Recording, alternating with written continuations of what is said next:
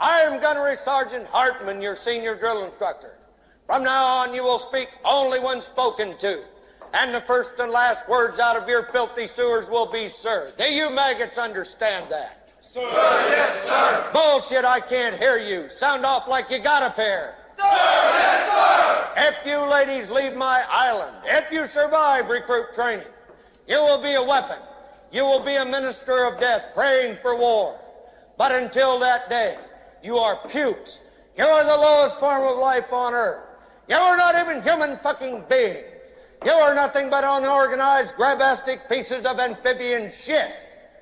Because I am hard, you will not like me. But the more you hate me, the more you will learn. I am hard, but I am fair. There is no racial bigotry here. I do not look down on niggers, kikes, wops, or greasers. Here you are all equally worthless. And my orders are to weed out all non-hackers who do not pack the gear to serve in my beloved Corps. Do you maggots understand that? Sir, yes, sir. Bullshit, I can't hear you. Sir, yes, sir. What's your name, scumbag? Sir, Private Brown, sir. Bullshit, from now on you're Private Snowball. Do you like that name? Sir, yes, sir. Well, there's one thing that you won't like, Private Snowball. They don't serve fried chicken and watermelon on a daily basis in my mess hall. Sir, yes, sir. That you, John Wayne? Is this me? Who said that? Who the fuck said that?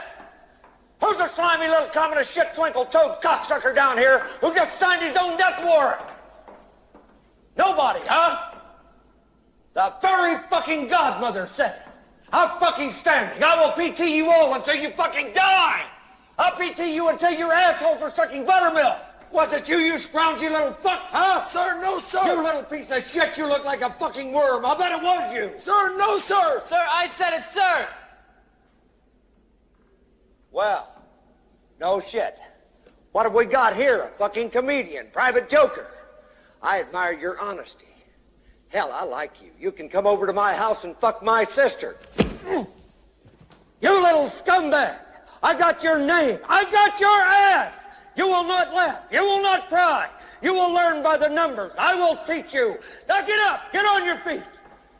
You had best unfuck yourself or I will unscrew your head and shit down your neck. Sir, yes, sir. Private Joker, why did you join my beloved Corps? Sir, to kill, sir. So you're a killer. Sir, yes, sir. Let me see your war face. Sir. You got a war face? Ah! That's a war face. Now let me see your war face. Ah! Bullshit. You didn't convince me. Let me see your real war face. Ah! You don't scare me. Work on it. Sir, yes, sir. What's your excuse? Sir, excuse for what, sir? I'm asking the fucking questions here, Private. Do you understand? Sir, yes, sir. Well, thank you very much. Can I be in charge for a while? Sir, yes, sir. Are you shook up? Are you nervous? Sir, I am, sir. Do I make you nervous? Sir. Sir, what? Are you about to call me an asshole? Sir, no, sir. How tall are you, Private? Sir, 5'9", sir. 5'9". I didn't know they stacked shit that high. You trying to squeeze an inch in on me somewhere, huh? Sir, no, sir. Bullshit. It looks to me like the best part of you ran down the crack of your mama's ass and ended up as a brown stain on the mattress. I think you've been cheated. Where in the hell are you from anyway, Private? Sir, Texas, sir. Holy dog shit. Texas, only steers and queers come from Texas, Private Cowboy. And you don't much look like a steer to me, so that kind of narrows it down. Do you suck dicks? Sir, no, sir. Are you a Peter Puffer? Sir, no, sir. I bet you're the kind of guy that would fuck a person in the ass and not even have the goddamn common courtesy to give him a reach around. I'll be watching you.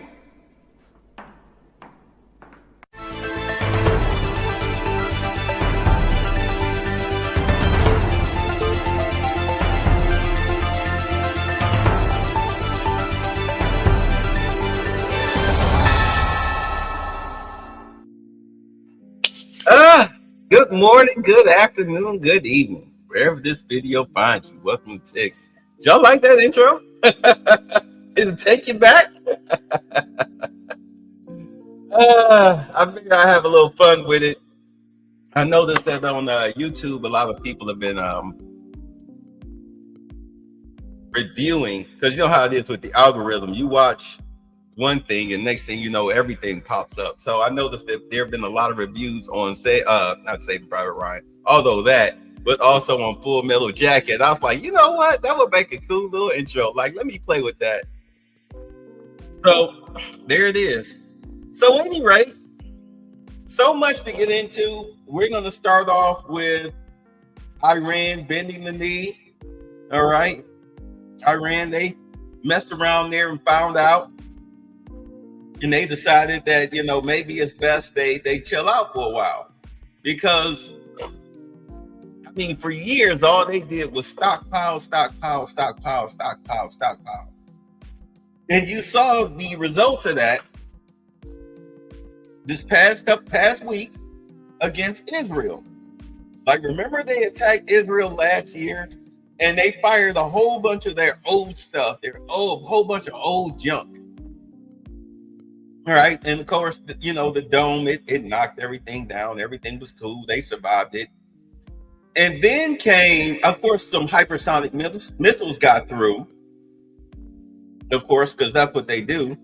So then came this past week. And it was just a barrage. Of course, Israel struck back. And then another barrage. And they got through because they were depleting the anti-aircraft missiles that Israel had. They were depleting them, and they was like, okay, good. We got you on the ropes now. But of course, we all know what happened. You had the bombing with the bunker busters by the U.S., which destroyed Iran's capabilities of being able to make a nuke, all right, 200 feet underground. Because if you're not familiar with the bunker busters, because a lot of people in the media are not familiar with the bunker busters, they don't know what they do. What they do is they don't hit and then boom, they explode. No, they drill deep. What's going on, Detroit? They drill. You program how far you want it to drill and before it detonates. So intelligence said they were 300 feet underground, really 200. So they, beautiful strategy, sent B-52 bombers one way, but the real ones went the other way. And they were in and out. They dropped 6 bunker busters. What's up, Carlton? They dropped 6 bunker busters, and boom, they all drilled 200 feet down into the base, and boom, took them out. So it destroyed Iran's nuclear capabilities to what they're saying. Intelligence reports are saying that it knocked them out for at least a couple of decades. So basically, it was in the face of Obama, Putin, and the Biden administration. Oh, and also Hillary Clinton. Yeah, took them out. So they were done. So they called themselves, oh, we got to retaliate. So they did their sable rattling. You know, they did their sable rattling. And then they announced that they were going to hit these specific American military bases. And then, you know, they threw some bombs, but missed the target, to try to act like they tough. You know how it is. You beat somebody up that's clearly weaker than you, and they get to talking smack, and they might throw a rock at you, not trying to hit you, and then they get to, they get to running with urine running down their damn legs and stuff. That's pretty much the equivalent of what happened. Although there was a bomb threat called in near the White House, but I mean, if it was actual terrorists would not call in the bomb threat. The bomb would go off.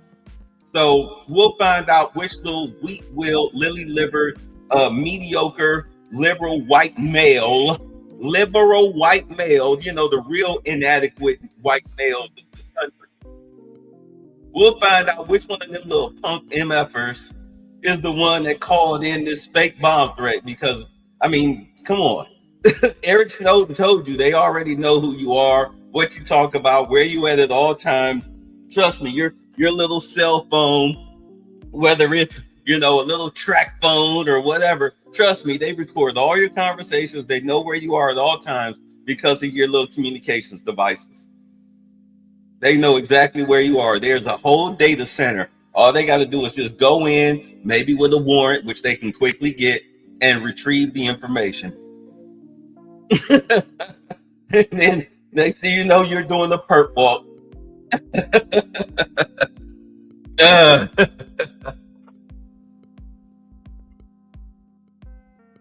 How do you think they caught that assassin up in Minnesota? Caught him and his wife. Okay.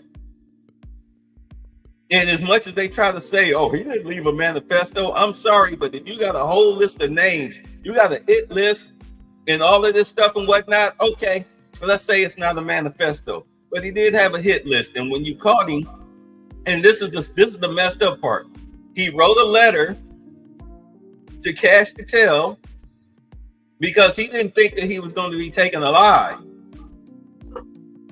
Do you think Iran would agree with the ceasefire with Israel? We'll see. I mean, they're notorious liars, but we'll see. I mean, do understand they got their tail tucked between their legs, but we'll get to that. The dude didn't think that he would Bowler. He didn't think he would be taken alive, and he was too chicken shit to you know, give himself the eternal celestial dirt nap. So he was taken alive, and he pretty much snitched on Tim Walz, and Tim Walz is a feckless, cowardly POS. I'm trying not to curse, but come on, Tim Walz is a POS. What's going on, Simeon? So he snitched on Tim Walz. That was that whole letter that he wrote to Kash Patel was supposed to be his dying confession. That was let me get my straight. That was supposed to be his dying confession, except he didn't, you know, he didn't finish the job. T, what you doing? Yeah, he didn't finish the job. So now, you know, he's got some questions to answer, and Tim Walz has got to be sweating because the second it happened, just the simple fact that this woman, and it turns out there were 4 victims, 2 survived. They're not talking about the 2 Congress people that survived from being shot by Bowler, and then he went. This is why the police went to go do a check on the other woman, the lady that he killed, deleted her and her husband. This is why they went to go check on them, because those 2 were shot. So they were doing a welfare check on all of them. And it was, I mean, the whole situation, I meant to do that press conference, but as y'all remember that YouTube wouldn't let me play the videos or anything. It was very suspicious. The police account of what happened is very suspicious. He said, I would believe WWE Mayor Kane would beat the shiz out of Tim Walz. Well, I think all of us would beat Tim Walz. I mean, this guy, he's stolen valor. All he do is lie. What's up, AB? All he do is lie, stolen valor. You know, he's cowardly. He's stupid. I mean, we see why Kamala picked him. He's the male version of her, except he didn't get his knees dirty. But then again, he was over in China. No telling what the heck happened over there. And you know how freaky these Democrats are. I mean, anybody that wants to put tampon in a boy's bathroom in a high school, I'm pretty sure he's had another man cup his hips in a, you know, loving embrace, quote unquote. But let's get on to this. Let's get on to this. So, oh, and by the way, let me get this out before we start. Let me tell you something, because this is the beauty of TikTok, is that, you know, I mean, TikTok is all about how you use it. You have to be able to disseminate information. You've got your, you know, oh, I'm lovesick and I'm begging and all of this stuff. You have different sectors on TikTok. Apparently, the black sector of TikTok is steady writing letters to Iran, you know, making these videos. We ain't got nothing to do with this. As if, you know, the Iranian people give a good goddamn whether you're black, white, Hispanic, Asian, etc. You're an American. Death to America. Their whole purpose is to enslave you into their religion And if you don't bow down and bend the knee, they will put a bullet in you. They don't care what race you are. So stop being a cowardly Negro. Stop being a damn Democrat and understand that you live here too, and you need to fight for this. Because there's nowhere else your broke ass can go in this world that will accept you. Unless you've got some serious dinero, and the majority of you do not. The very bottom rung of American society in household income at $50,000+, the very bottom per household. So stop it. Stop being a feckless coward. Anyway, so let's get on with this. As Iran bent the knee, they call it the ceasefire, but it's bending the knee. Let's be honest. Let's go. What happened with Iran in the Middle East, and some breaking news coming just now. Joining us this evening, Vice President J.D. Vance. Mr. Vice President, thanks for coming. Absolutely. Thank you. Just seconds ago, the president went to Truth Social and typed this. It has been fully agreed by and between Israel and Iran that there will be a complete and total ceasefire. Complete and total ceasefire is what he typed. Yep. What does that mean? How did it come about? What's the development Yeah. here? Well, we were actually working on that just as I left the White House to come over here. So that's good news that the president was able to get that across the finish line. I think what it means, Brett, is quite simple. First of all, the president, without, knock on wood, having a single American casualty, obliterated the Iranian nuclear program. We are now in a place where we weren't a week ago. A week ago, Iran was very close to having a nuclear weapon. Now, Iran is incapable of building a nuclear weapon with the equipment they have because we destroyed it. So that's a very, very big thing. Now, what that means, I think, is we have to talk to Iran and, of course, to Israel about what the future holds. Because while we have obliterated the Iranian nuclear program, our hope and our expectation is that they're not going to try to rebuild that program. And I think that's what the president is really trying to figure out here, is to build a long-term settlement here to where we can have peace in the region, where our regional allies and, of course, the American people, most importantly, can be secured, but where we can ensure that the destruction of the Iranian nuclear program that has already happened is not something they try to rebuild. I want to get to the obliterated part in just a minute, but I just want to read this fully so I get the context here. Congratulations to everyone. It has been fully agreed by and between Israel and Iran that there will be a complete and total ceasefire in approximately 6 hours from now, when Israel and Iran have wound down and completed their in-progress final missions for 12 hours, at which point, the ceasefire for 12 hours, Sure. at which point the war will be considered ended. Officially, Iran will start the ceasefire, and upon the 12th hour, Israel will start the ceasefire, and upon the 24th hour, an official end to the 12-day war will be saluted by the world. During each ceasefire, the other side will remain peaceful and respectful on the assumption that everything works as it should, which it will. I would like to congratulate both countries, Israel and Iran, on having the stamina, courage, and intelligence to end what should be called the 12-day war. This is a war that could have gone on for years and destroyed the entire Middle East, but it didn't and never will. God bless Israel. God bless Iran. God bless Iran. God bless the Middle East. God bless the United States of America, and God bless the world. He seems confident that this is all coming together. That's right. And when you left the White House, were you thinking this was all gelling here? When I left, Now, to answer your question, you say if Iran ever did get a hold of America, black folks would be cooked. Right, because black folks think, for some reason, and this is what I'm talking about when, this is what I'm talking about when I get into these conversations with Democratic-minded black folks. They think that the world hates white people. They think that they hate white Americans. Like, no, bruh, they hate you too because you're an American. Don't you understand? They hate Americans, and you as a black American, they hate you doubly as worse. Maybe in Asian countries, they don't see you like that, but they do hate you still.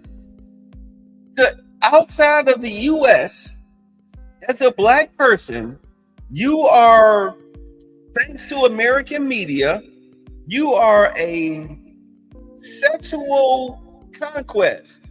You understand? You're not the sex appeal. You're a sex object attached to a wallet. You are a dildo, a human dildo ATM machine.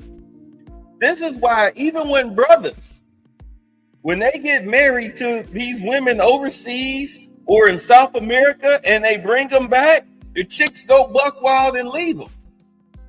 This is why they say, don't bring them back. Don't bring them back.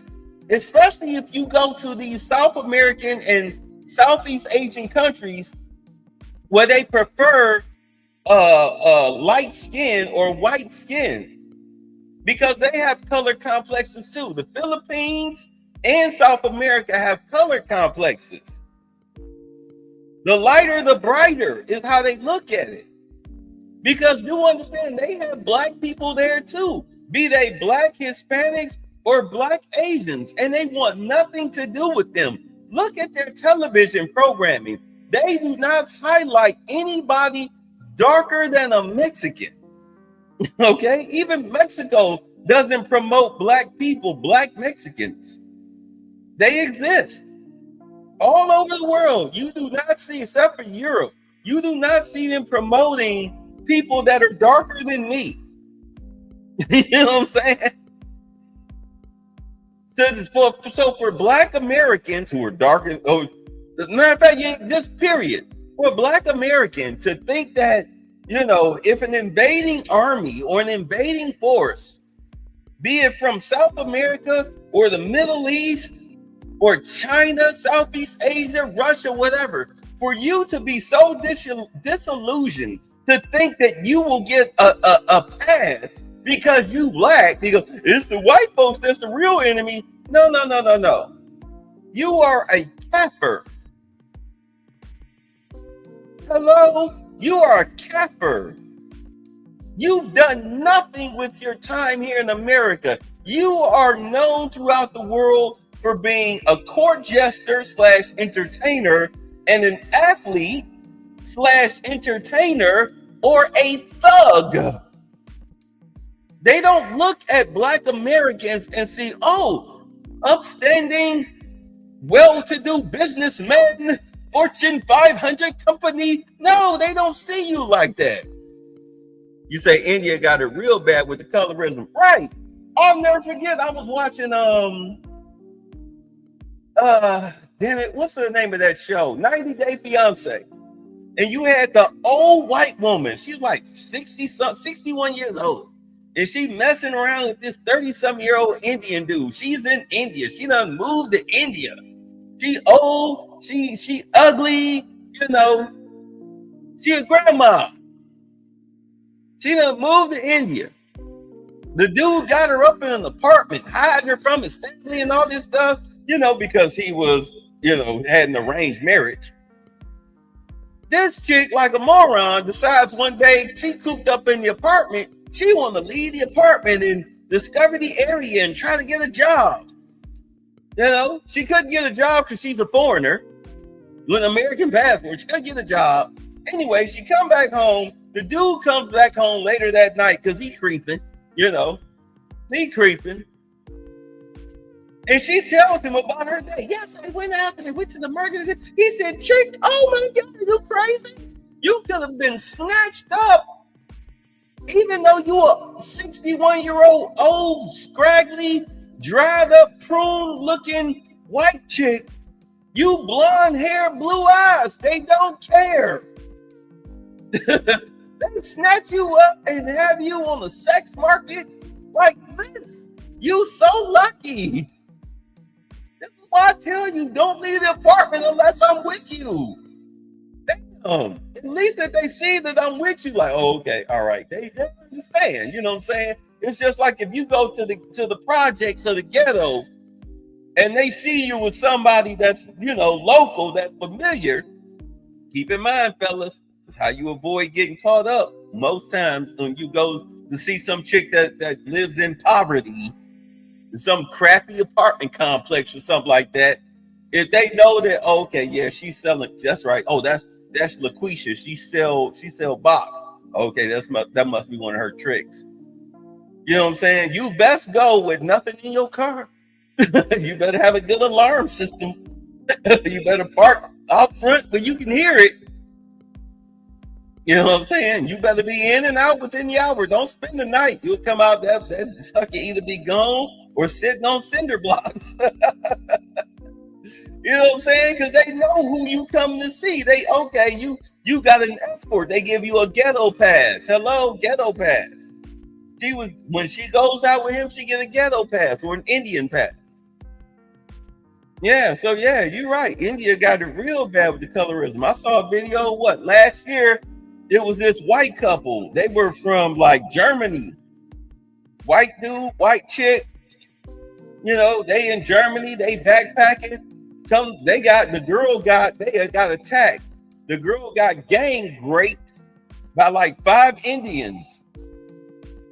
Beat the dude real bad. They gang raped her in the tent. I went to report it, and the Indian government looked at me and was like, "What do you want us to do? We should stay at a Holiday Inn. Do you have all these hotels? Why are you sleeping out in the tent in the woods?" Knowing that you got these freaking perverts. Do you not understand that we blame women for their grapes here? We blame you, not the men. You were asking for it. That's the way they rock in India and in Iran. It's as stupid as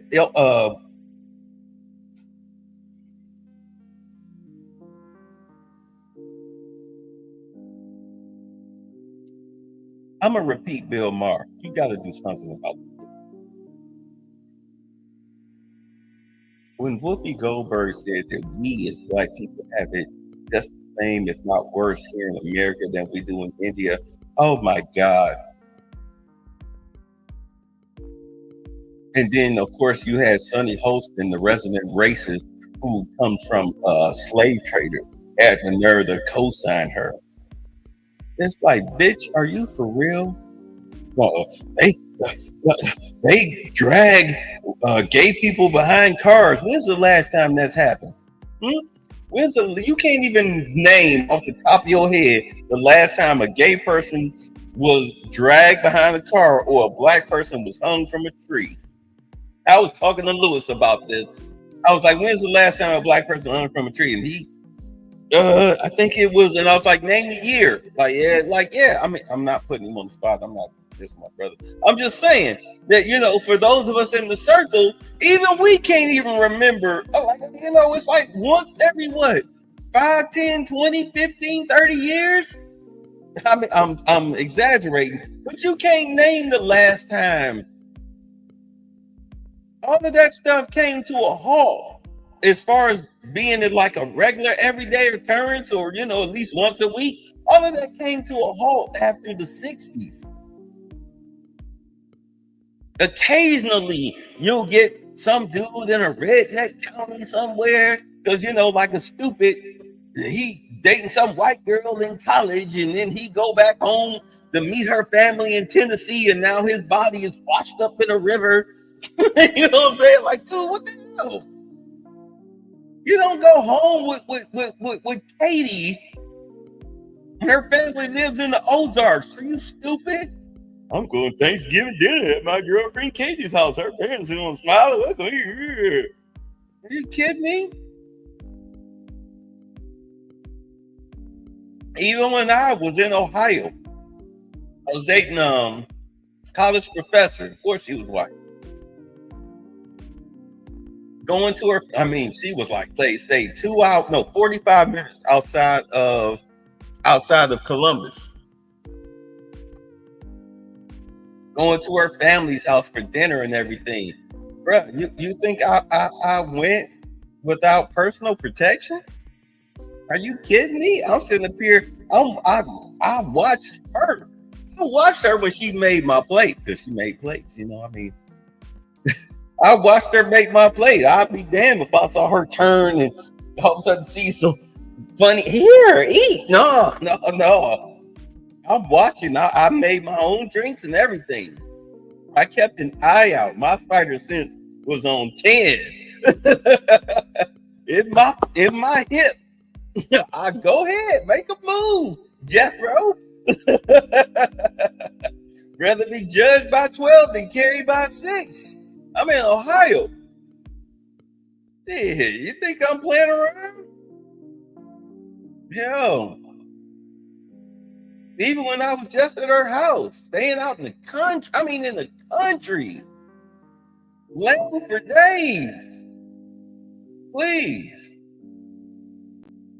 Jenny stayed right here on the nightstand. Yeah. Hand on Jenny, sleeping. What was that? What was that? Blackie. You kidding me? You never get caught slipping. Anyway, but yeah, for Whoopi to say that, I mean, everybody roasted her. She's a moron. She is a moron. Sonny's a moron. Whoopi's a moron. These people, that show is for morons. And then this is the killing part. Before we get back to this. During that segment, they did show the audience of The View, the people who are actually there that be seal clapping when the applause sign goes off. And it was nothing but a bunch of black women over the age of 50. I mean, because who else is going to sit and be a live audience of The View during working hours but a bunch of retirees? Old black female retirees who are slave puppets. These women look like they would be mammies on the plantation. That's why The View is the way that it is. At any rate, and they are very selective about their audience members. Come out, we got it worse than here in Iran. I don't see them poking your eyes out for twerking.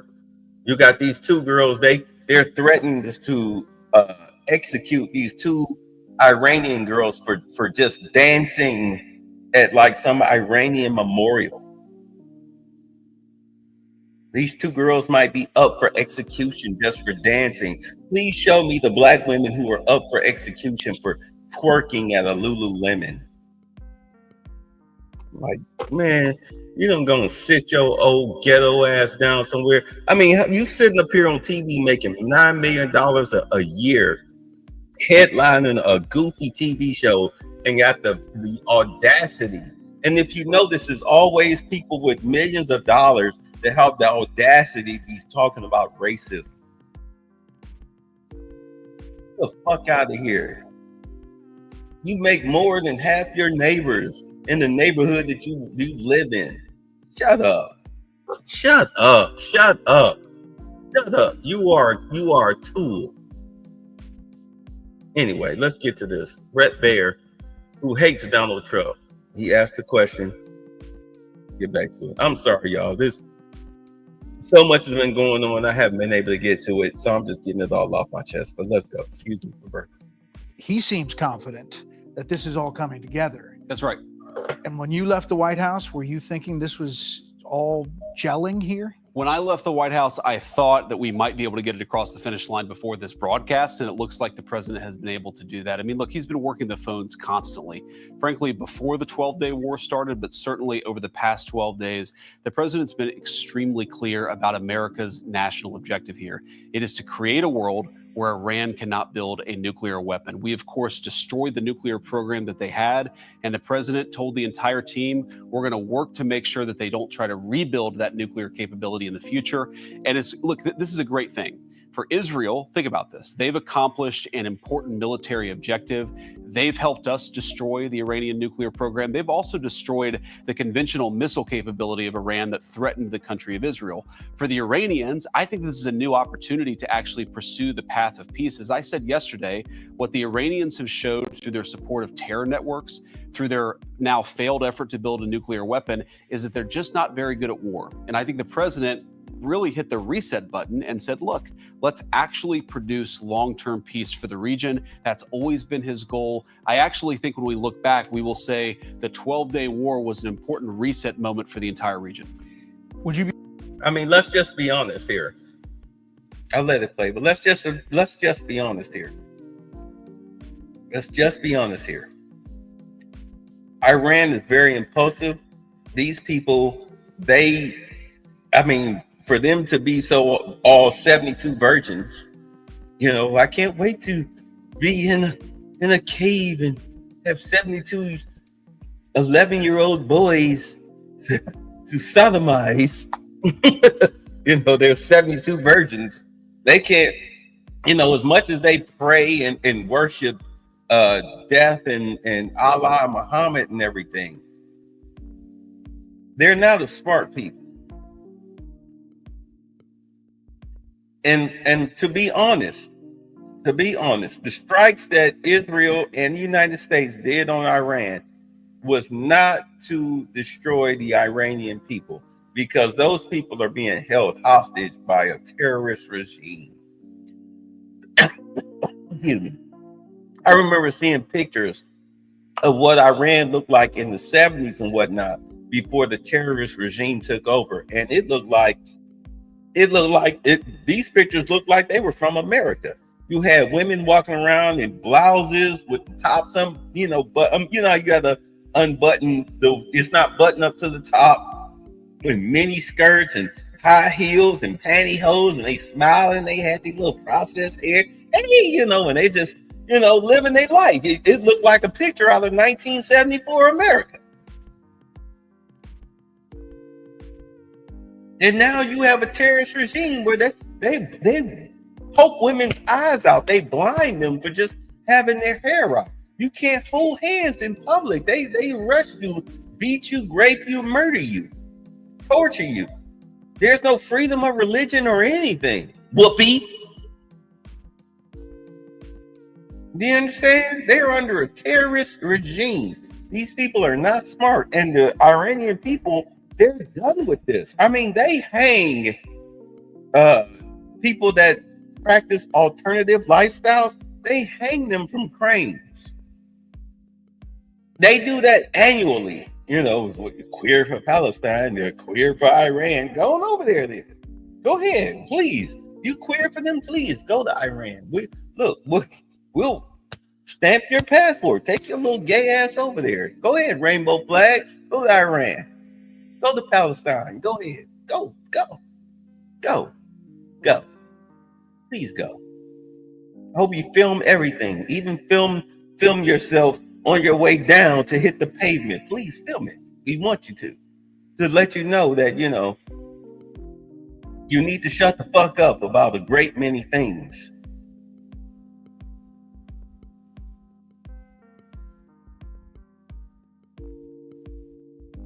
But yeah, so they hit military targets. You destroyed their oil fields. You destroyed their nuclear facilities. You destroyed their battlefields. You didn't want them to be able to terrorize anybody. You crippled them. When you hit their oil fields, you crippled their ability to make money. When you hit their military targets and their nuclear facilities, you crippled their ability to fight or to assault other countries. You took them out. They're weak. They're crippled. It's pretty much like the neighborhood bully. You took a baseball bat to his knees and elbows, broke them all up, smashed his teeth in with brass knuckles, cracked his sternum, bah, bah, bah, bah, bah, bah, and then smacked him on top of it. Like what you gonna do now? You taught him a severe lesson. That's what happened to Iran. They can't do nothing. So of course they had no choice but to wave the white flag and, heat up the baby oil for Diddy as they walked into his cell, hoping that he'd take it easy on them. That's exactly what happened. And it needed to be done because, let's be honest, Iran, as you can see, has no problem assaulting, and they have no problems pushing the button. I know y'all don't like to hear me talk. Y'all want me to be black and kiss ass and all that shit. You got the wrong channel. But no, they cannot have a nuclear weapon. They will start nuclear war. Yes. Does Israel have a bomb? Yes. Talking to Lewis, does Kim Jong-un, whatever, the guy in North Korea, does he have a bomb? Yeah. But here's the difference, though. With a lot of countries in that area that have the bomb, you know what they won't do? Push the button. because they know mutually assured destruction. They don't want to die. You think the leader of North Korea want to die? Think the people of Turkey, the leader of Turkey, want to die? You think Netanyahu want to die? The second you push that button, the second you go nuclear, you've got maybe 3, 4, 5 countries that'll go nuclear on you. Don't be mistaken. Don't be mistaken. And also understand that your nuke coming from your little Middle Eastern or Asian country, if you really think that it's going to reach the US, you are greatly mistaken, bro. It won't make it here. If it's not shot down, maybe 50 miles to 100 miles outside of your territory, it'll be shot down over the ocean. That's the beauty of America. We're protected by both oceans and 2 borders, and unfortunately, the southern border was left wide open thanks to Biden. Oh, and by the way, as a show of relief, because understand that common sense usually prevails in situations like this, the Supreme Court granted Donald Trump deportation orders. Get these motherfuckers the fuck out of here. They overrode all of these little district and federal faggot ass judges that stopped those deportations of these criminals, these child raping, murdering, drug dealing criminals. Yeah, they overrode those judges. Deport them the fuck out of here. Now, like not right now, but yesterday. That happened today. Thank God. Get them the fuck out. You ain't got to go home, but you got to get the fuck up out of here. We don't care. We'll give you parachutes and kick your ass out over the goddamn Atlantic and Pacific Oceans. But you ain't coming here. You ain't staying here no more. You're out. You're out. And as far as ICE is concerned, now that you've got these deportations orders and everything, it's time to start making people who get in the way and interfere with you all arresting these people, start macing, tasing, and clubbing these people. Start breaking faces. Knock out teeth. Knock out teeth. You have a green light. Go. Make these people understand that if you interfere with ICE operations, you will feel some pain. Your eyes will burn. Your skull, you'll need a hospital visit. You'll need to see a dentist. You might have a hospital trip. You need to start letting these people know that getting in the way of ICE will come to a painful ending for you. What's up, blood boiling? You will go to prison. That needs to start happening for real. Take the kid gloves off. I know that they've increased operations in these blue states or blue cities like California, LA, Chicago, Boston, whatever. I know that they've ramped it up, and I'll say it again.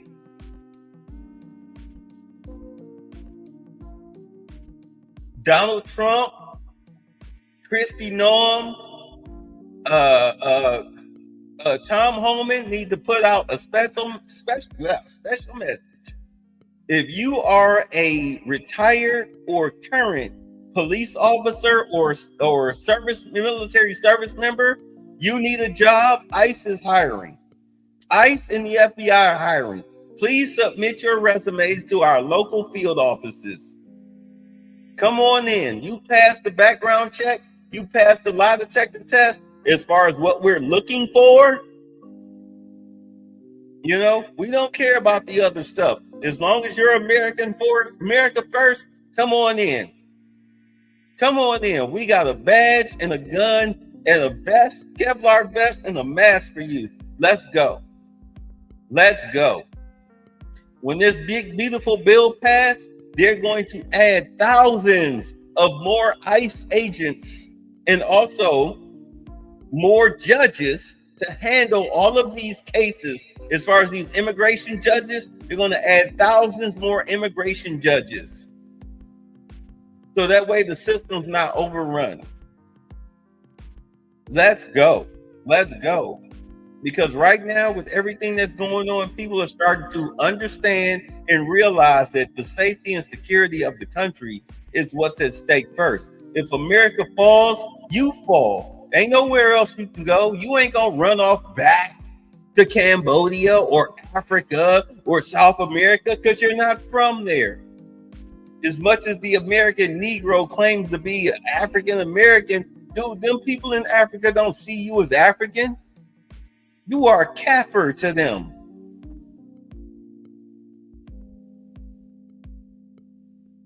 Let's go. You'd be surprised if Iran is sending out signals that it doesn't have a specific ceasefire plan. How would the communication have been with the Iranians to get this level of confidence to put out that detailed statement? Well, one of the things I've learned, Brett, about the Iranians in the past, 4 or 5 months that I've been in this job is what they say publicly and privately can sometimes be very different.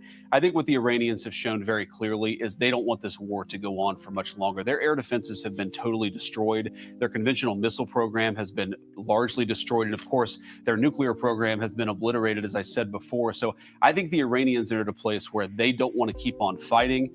You saw the president, and I don't have the truth in front of me, but he talked about the next 6 hours finalizing the attacks. I mean, what I think what he's talking about is right now for the American people watching, it's dark over there. That's typically when the Israelis and the Iranians have been shooting at each other. I think there's some recognition that that might continue for another few hours. And tomorrow really is a new day, the end of the 12-day war, the end of the Iranian nuclear program. And I really do believe the beginning of something very big for peace in the Middle East. So you said totally obliterated. The president has said totally obliterated the Iran nuclear program. Yeah.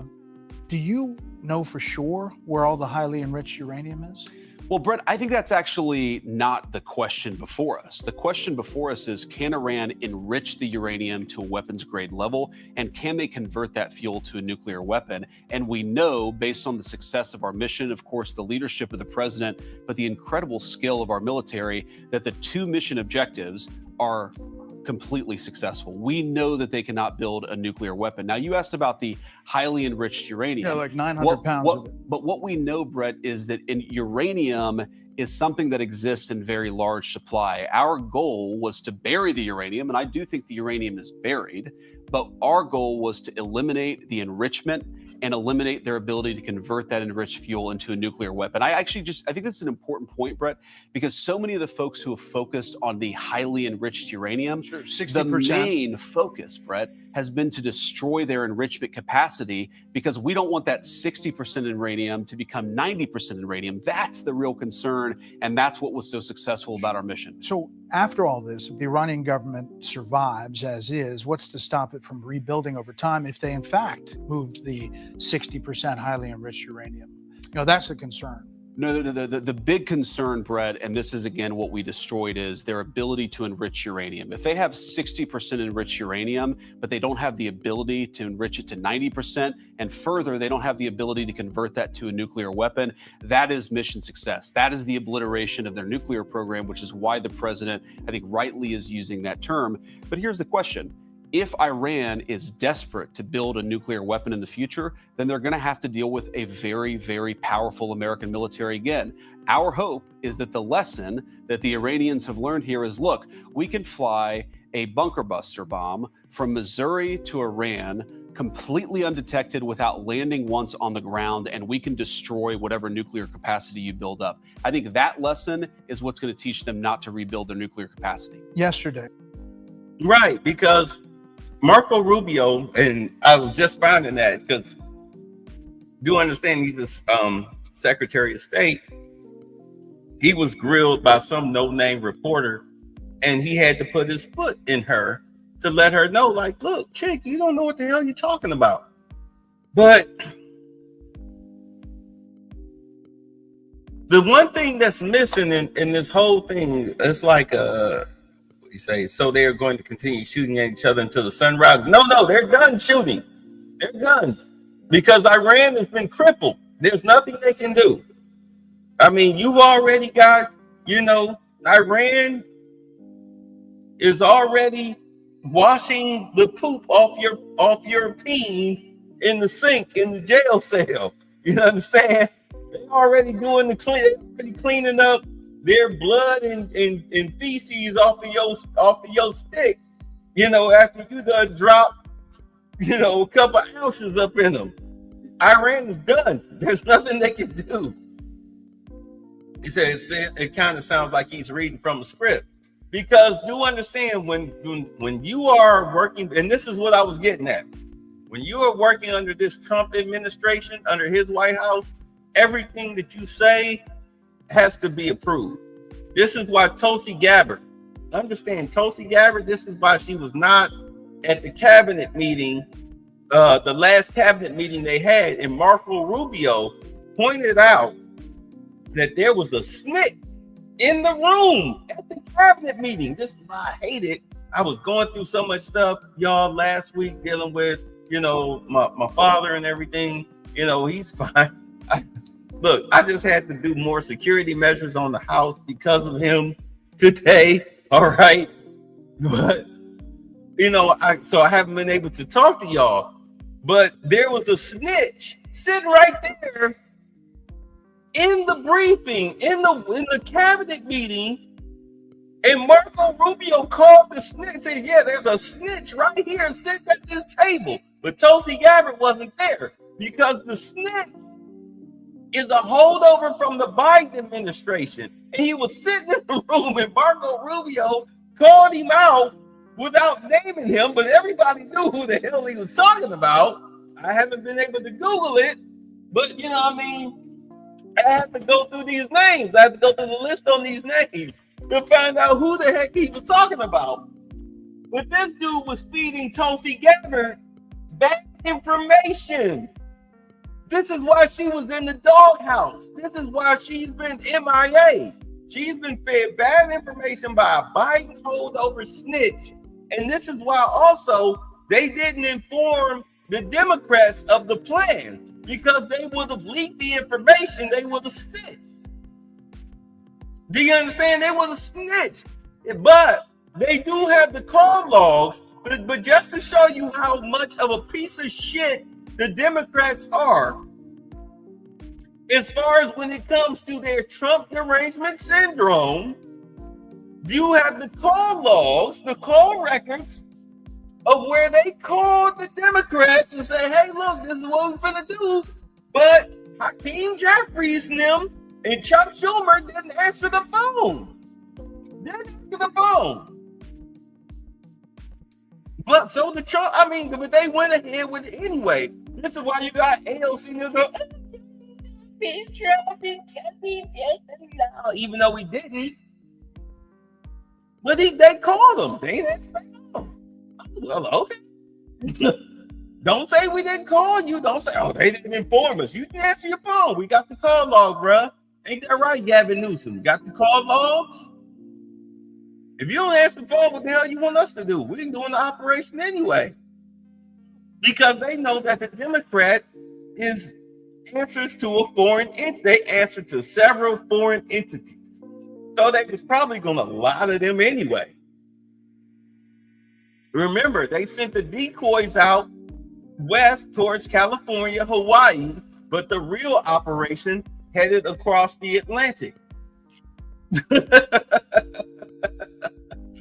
Yeah, so, but do understand, they're all lockstep. They're all lockstep. And I've been saying this for a minute, that if you notice, the Trump cabinet members, they talk with Trump's mouth. They all say what you expect Trump to say. Even J.D. Vance. Wait till you become president. If you get Marco Rubio or J.D. Vance, I don't care which one of them wind up as president, as long as the other person is their VP. But yeah, Tulsi, her VP hopeful All of that stuff went right out the window because she's taking bad information from the Pentagon, from Biden holdovers, and it's got her in the doghouse.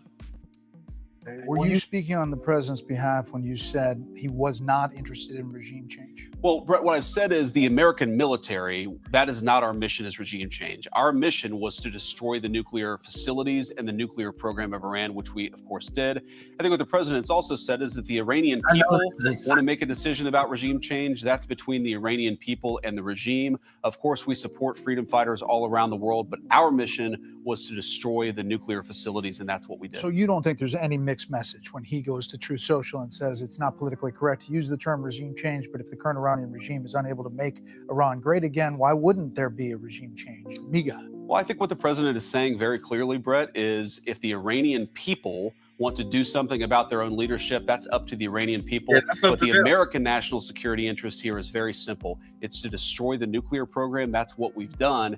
And now that the 12-day war appears to be effectively over, we have an opportunity, I think, to restart a real peace process. And Brett, this is not just about two countries, Iran and Israel. All of these Gulf Arab states, they want peace. They want to CIA. Listen, you know what? When you talk about regime change, this is the same thing going on with Ukraine. The more Zelensky acts like a warmongering little troll, the closer he is to being removed as the leader, the president of Ukraine. The more he keeps pushing and not signing peace deals and attacking Russia, the closer he comes to being removed as the president or leader of Ukraine.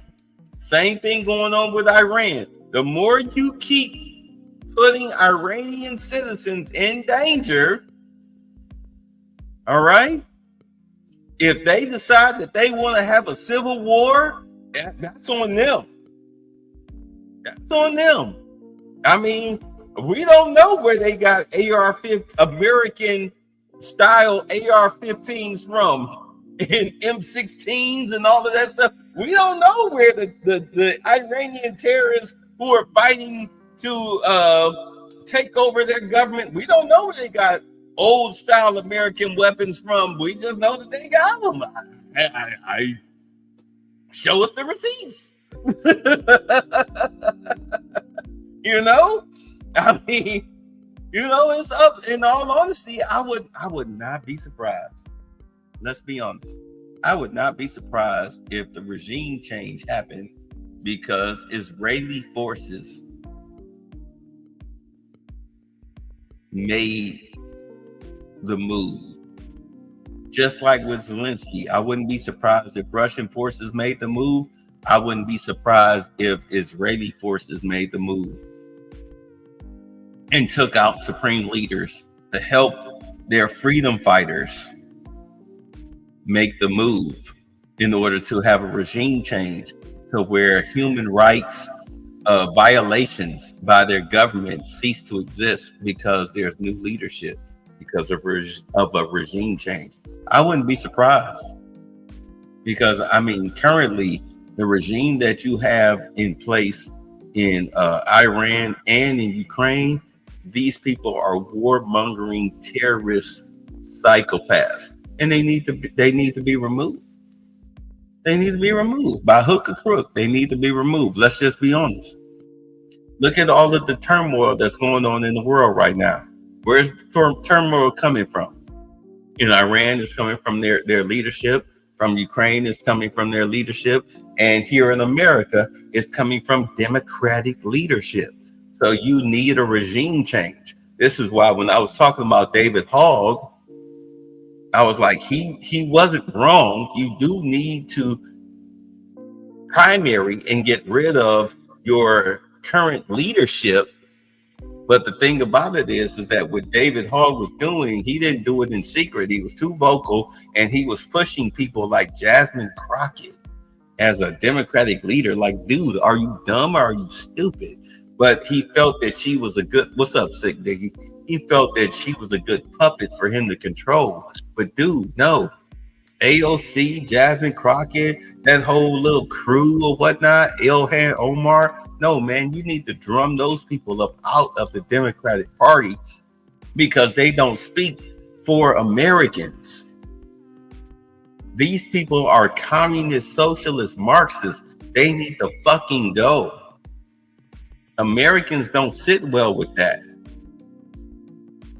If anything, Americans sit well with jobs, tax cuts, all right, lower prices, okay, and no crime.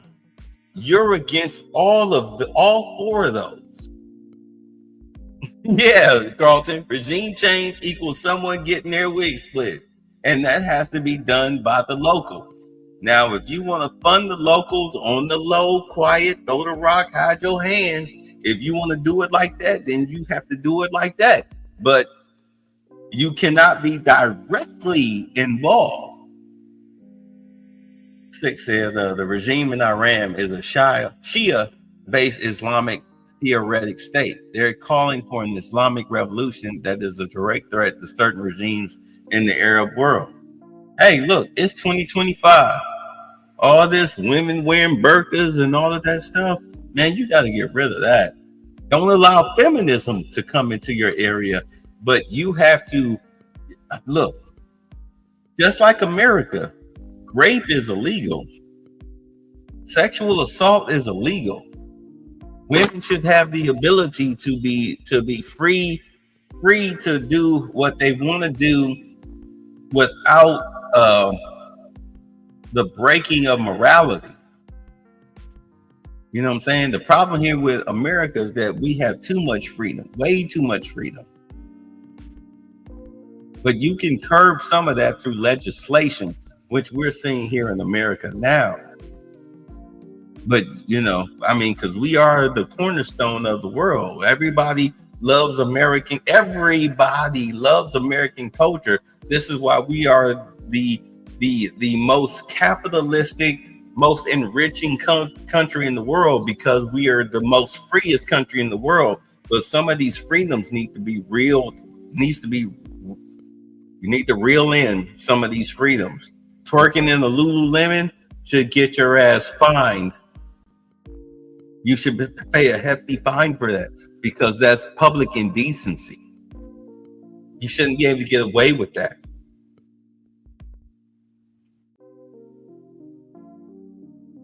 We need to clamp down on crime and indecency here in this country. And sexual perversion, we need to clamp down on that. Certain freedoms should not be allowed for the sake of public safety and public decency and morality. But the rest of the world pretty much follows our model. Same thing should happen. Iran needs to go back to what they were before what we were for what they are now. You say Iran before 79 was quite secular, similar to Turkey. However, Ayatollah Khomeini,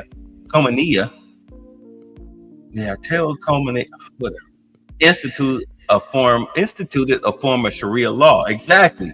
This is why they need a regime change over in that area, because they're not doing their people any good. If anything, you want to talk about a no King's Day or whatnot. Iran pretty much has a king. You know what I'm saying? A religious king, a religious sect that is like a king. These people are just like with people of North Korea. They have a quote unquote king. You need to topple those governments, but you can't do that unless you, as an outside invading force, you have to invade and force a regime change. But what Trump is saying is that if you want a regime change, you as the people of that area, you need to force it, come hook or crook. And if you need our help, we'll sell you weaponry. You know what I'm saying? We'll sell you weaponry, you know, even though they're not saying it. But truth be told, we'll sell you some old weaponry to help you do that. We have a CIA. That's what the CIA is for. But outside of that, it's on you. Don't look for us to do your dirty work. That's on you. invest. They want to build artificial intelligence hardware. They want to sort of come into the new economy. And that was impossible when you had Iran that was, as the president said, acting like a bully across the Middle East. We really think that if the Iranians are smart about the path forward, this could be a new dawn of an economic age of prosperity, of course, for our Gulf Arab allies, for us, for the Israelis, for everybody. But it's going to require the Iranians play it smart from here. The president called it very weak, the Iran missile firing on the U.S. base in Qatar, Al Udeid. Was it a face-saving move? How do you get from that, firing missiles at a U.S. base, to a ceasefire, as he details in this Truth Social? Well, as the president said, they actually gave us some warning here. And we think they gave us some warning because they didn't want to kill Americans and they didn't want to escalate. There's definitely some symbolism to this, Brett. If you look at the Iranian attack, it was 14 missiles that they telegraphed ahead of time. We dropped 14 bunker buster bombs. As the president told me earlier, our missiles, our bombs were a little bit bigger than their bombs. Our bombs actually accomplished the goal of eliminating their nuclear program. But look, we're happy, again, to restart the peace process as the president just did today. Was the message delivered directly to the U.S. or through an emissary? The message is always delivered through some sort of intermediary. That's been consistently true of the Iranians. Of course, we'd love to talk to them. The president's been clear about this. We'd love to have a direct conversation about how we move this thing forward because, again, we got to step back here. Why did the president do what he did over the past week? It's so that we could destroy their nuclear program. If they try to rebuild it, they're going to be on the wrong end of American power once again. We don't want that. I think they don't want that, but the ball's in their hands. You've been reluctant or at least cautious about getting engaged previously, and that has been public. What made you sign on to this action this time? Well, I think the president has been very clear, and I've always agreed with the president that Iran can't have a nuclear weapon. And you try to run the diplomatic process as much as you possibly can. When the president decided it wasn't going to work, he took the action that he had to take. Now we're in a new phase. That action was successful. We had a wildly successful military operation to take out their nuclear program. Now let's go on to the next phase. And I think the president, look, sometimes he's willing to use peace. Sometimes he's willing to use the military. I think it really depends on what the Iranians do from here. And what do you think they do from here? Well, it's an open question, Brett. I don't want to predict what the other side will do, but I think that I know what we'll do if they continue to pursue a nuclear weapon. And I hope they don't choose that path because I know the president wants to see the Middle East become peaceful and prosperous in the future. That's not going to happen if Iran pursues a nuclear weapon again. And for the people, so we talked about the people who believe that this is going towards World War III, especially in your own party. There's a section that's very vocal. There's another section that says you should take out this regime because it's evil and horrible and has done horrible things for decades. How do you square those two sides? And can this regime stay in place and still have a peaceful, reaction relationship with the U.S.? Well, I think the president has squared those two sides quite well. One, because he's the leader of the movement, and a lot of people trust the president as they should. They recognize they're not seeing the same intelligence. They're not seeing the same classified documents. They trust the president to do a good job. But importantly, Brett, I think he's threaded the needle quite well here. We had a very particular objective. It was profound and difficult to accomplish. Do you think the elimination of the Iranian nuclear program. And I think the president successfully did that. You're asking, were the Iranians close to a nuclear weapon? Brett, they were very close to a nuclear weapon. And what I encourage my fellow Americans to think about here is that a week ago, the Iranians were quite close to achieving a nuclear weapon. Now they cannot build a nuclear weapon. That is the biggest testament to the president's leadership and to the success of our mission. In 1 week, without, thank God so far, not losing a single American casualty, we have taken what was a threatening nuclear program that could have destabilized the entire world. Now that program is gone. We did it through effective presidential leadership and also some very, very competent work from our troops. How often does it happen where you're going to do an interview and you get a Truth Social seconds before? You have some sense of it, but it's pretty detailed, where you are being asked about something the president has just put out. In this administration, Brett, it happens quite a bit, actually. But we knew this was coming. The draft, it was interesting. I just read the draft about 2 minutes before we went on the air. It was a little bit different from what the president had showed me a couple of hours ago. But again, I knew that he was working the phones as I was on the way over here. So I knew exactly what we were going to do. And look, I love that about this presidency and this administration is he's always working. He doesn't say, the vice president's going to do an interview, so I'm going to stop doing anything. He says, we're going to do the American people's business. The vice president knows what I'm trying to accomplish. And if I get it done, great, because we're going to talk about it and celebrate it because it is a thing to celebrate. I can't emphasize this enough, Brett. We have destroyed the Iranian nuclear program. 0 Americans have died. That's an amazing, amazing thing. Americans, whether Democrats or Republicans, we should be celebrating that. Mr. Vice President, we appreciate you coming and rolling with the punches as well. Thank you for the time. Thanks, Brett. Good to see you. Hey, Sean Hannity. I mean, let's be honest. Even the Democrats, when everything was all said and done, they was like, you know what? Yeah, this was a good move. This was a good move. Let me see here. Hold on. Let me refresh this. Because I added another video. I added the Marco Rubio video. Let's see here. There it is. All right. So let's go to the Marco Rubio video. Secretary of State who was interviewed by some no-name chick, and she tried to, of course, be all democratically stupid about it. And I mean, dude, he put his ankle in this chick. Let's go. Following the U.S. bombing of 3 nuclear sites in Iran yesterday, Trump administration officials are breathing a sigh of relief that the highly classified bombing mission appears to have gone off without a hitch. But there is also concern now about what happens next when it comes to Iran. Operation Midnight Hammer involved top secret planning and a head fake as 2 strike forces of B-2 bombers departed the U.S., flying in opposite directions late Friday night. On Saturday, defense officials confirmed to CBS News that there were, in fact, B-2s headed to Guam, flying west from their home in Missouri. But those were decoys. A separate fleet of B-2s departed from that same location, heading east to the targets in Iran. I love that military. Pentagon officials say the mission was an overwhelming success, but also concede it is too early to assess if Iran still has nuclear capability. They don't. 14 30,000-pound massive ordnance penetrator weapons, or MOPs, dropped on an underground nuclear facility in Fordow and a key uranium enrichment site in Natanz. Additional American Tomahawk struck a 3rd site at Isfahan. I think Tehran is certainly calculating the reality that planes flew from the middle of America and Missouri overnight, completely undetected over 3 of their most highly sensitive sites, and we were able to destroy nuclear capabilities. We believe that'll have a clear psychological impact on how they view the future. At the White House. All right, so, I'm going to let it play, but as far as Pete Hegseth, as for me, the jury is still out.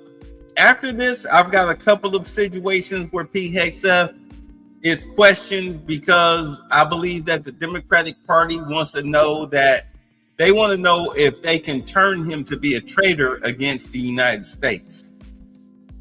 But the coin is still spinning, like a top spins. How you flip a coin and it spins or whatnot.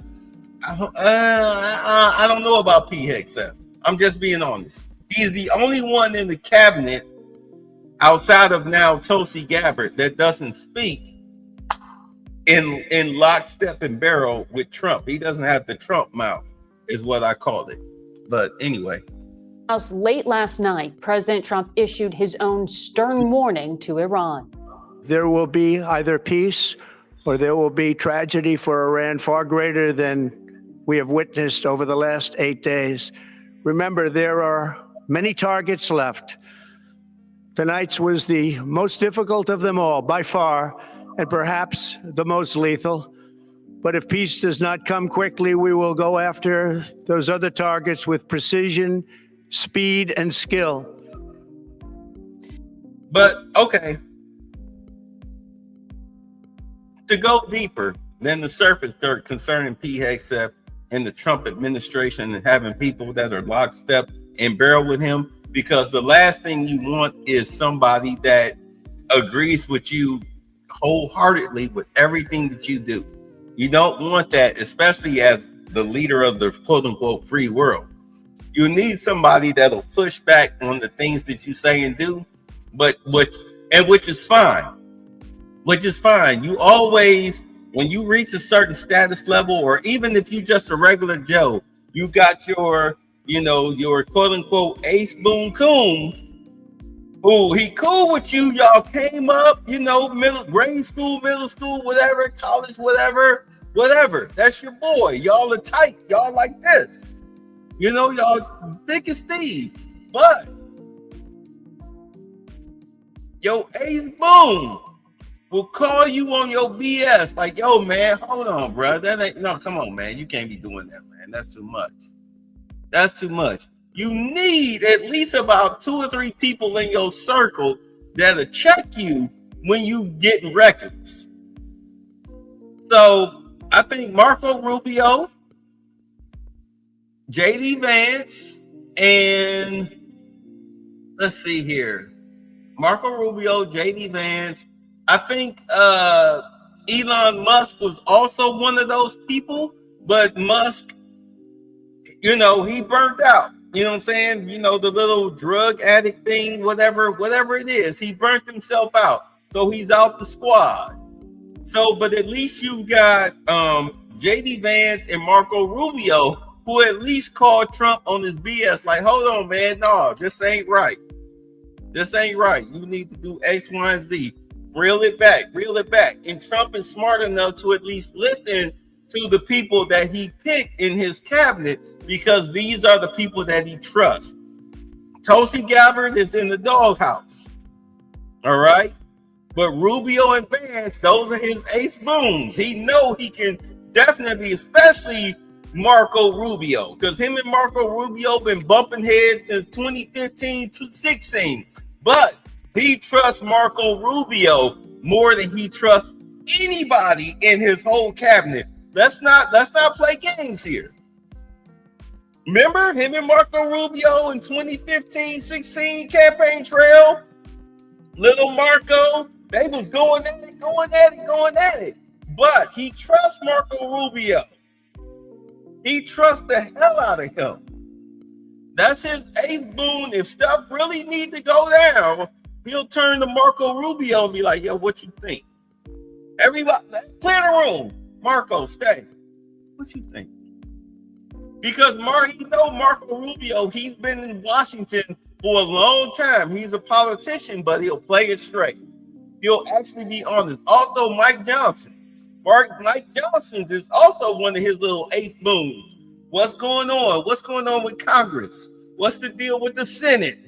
What can we do to get, the Supreme Court on our side? Trump know what he's doing. I mean, this is a businessman. The dude was a billionaire, lost his money, came back. He's not a career politician. He's the guy who thinks about the money. He uses politics to make the money. Think about it. He's not, he can't be bought. This is what pisses him. This is why the Democrats are so pissed off with him. He can't be bought. And this is why he's the face of the Republican Party. As feckless and weak as they tend to be, he is the adult in the room. He's the one. Oh, yes, Master Trump. You know what I'm saying? At least they know, hey, this dude,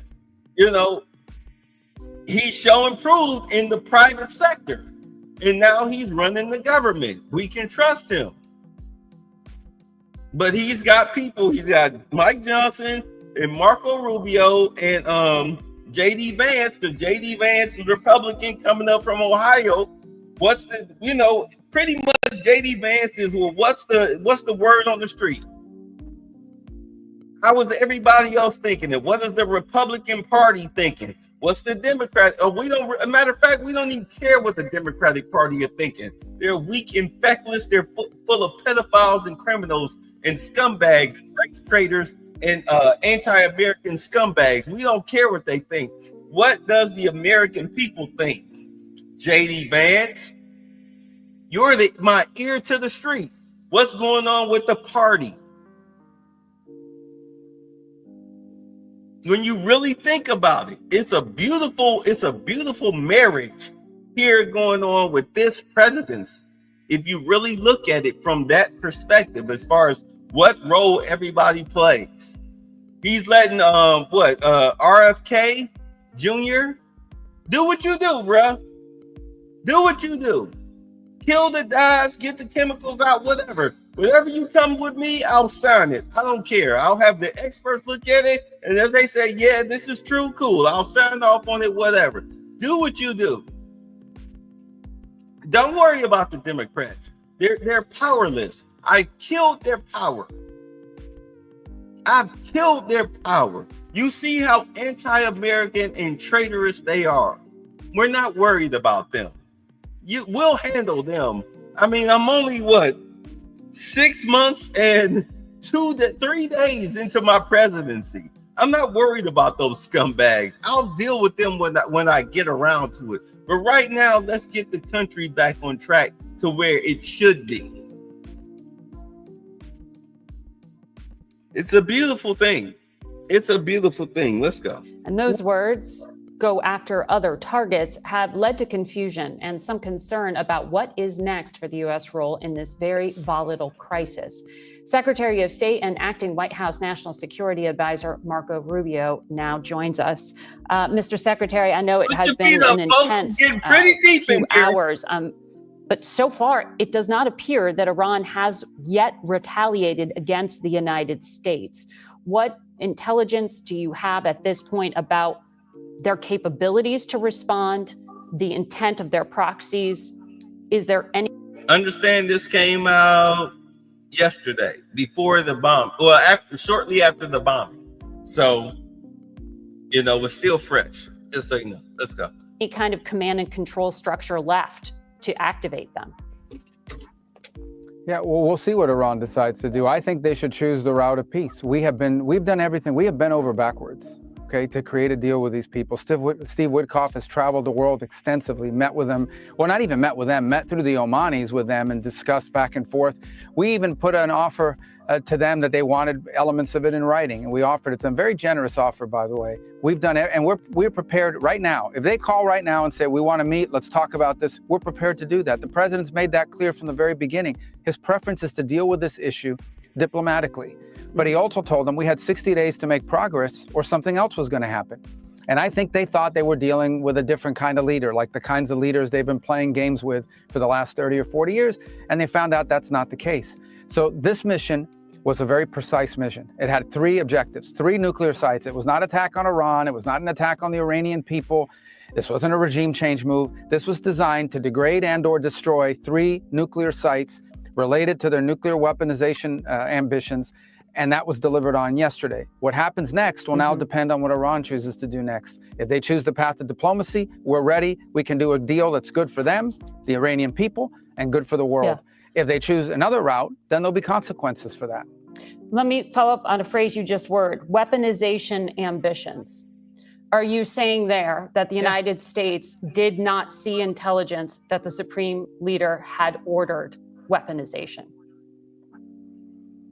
That's irrelevant. I think that question being asked in the media, that's an irrelevant question. No, they have that is everything the they key need to build point a in weapon. U.S. intelligence assessments. You know No, that. it's not. Yes, it was. No, it's that not. The political decision had not been I know that better made. than you know that, and I know that that's not the case. But I'm asking you whether the order was given. And the people who say that, it doesn't matter if the order was given. They have everything they need to build nuclear weapons. Why would you bury things in a mountain, 300 feet under the ground? Right. Why would you bury why do they have 60% enriched uranium? You don't need 60% enriched uranium. The only countries in the world that have uranium at 60% are countries that have nuclear weapons because they can quickly make it 90. They have all the elements. They have. Why do they have a space program? Is Iran going to go to the moon? No, they're trying to build an ICBM. No, but so that's a question. That's a question. It. That's a question of intent. And in the intelligence assessment that it was that Iran wanted to be a threshold state and use this leverage. I'm talking about the public march. This is what I like. This is why I love to do the interviews. Understand something. This big booklet, this is what they get every day when it comes to like a security briefing. Their booklets be thick like this. And this is as thick as the media this is what they get. They get this little sheet of paper. Meanwhile, Marco Rubio and everybody else that's, you know, a cabinet member gets this. And then they pass this out to the media. And then the media acts like, especially these jerk offs, act like they know what they talking about. I know more than you. How do you know more than me when I check?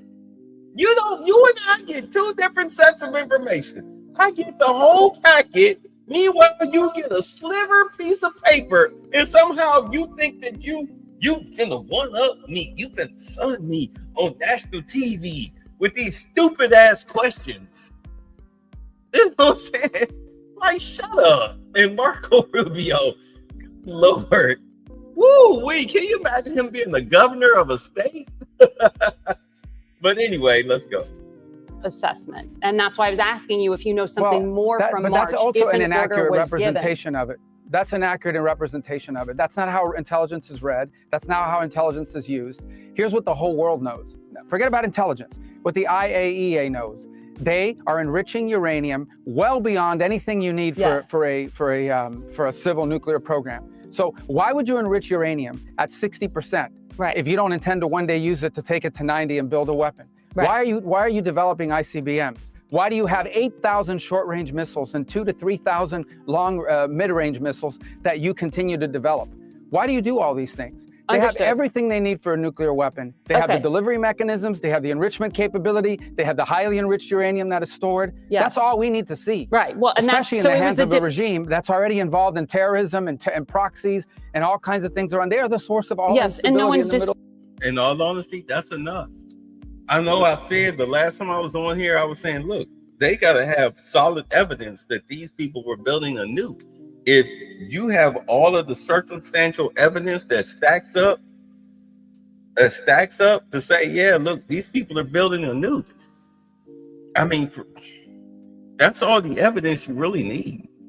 It's not like you can actually sneak in a spy and take pictures like on some James Bond stuff. I mean, that's in the movies. But if you have enough circumstantial evidence that's stacking up, that's showing you these people are building a nuclear bomb, then, I mean, of course, as you saw, and I mean, as I said, I don't agree with bombing other countries, but sometimes you got to do what you got to do for the safety and security of the world. If not for a nation, you got to do what you got to do. And of course, we hit military targets. We didn't bomb a city or a village. We bombed an underground nuclear facility that was trying to develop nuclear bombs. Nobody that was, farming a goat or a sheep or had a corner store selling some rags or some cat meat hanging from a vine somewhere was killed. No one's disputing that. I'm not doing that here.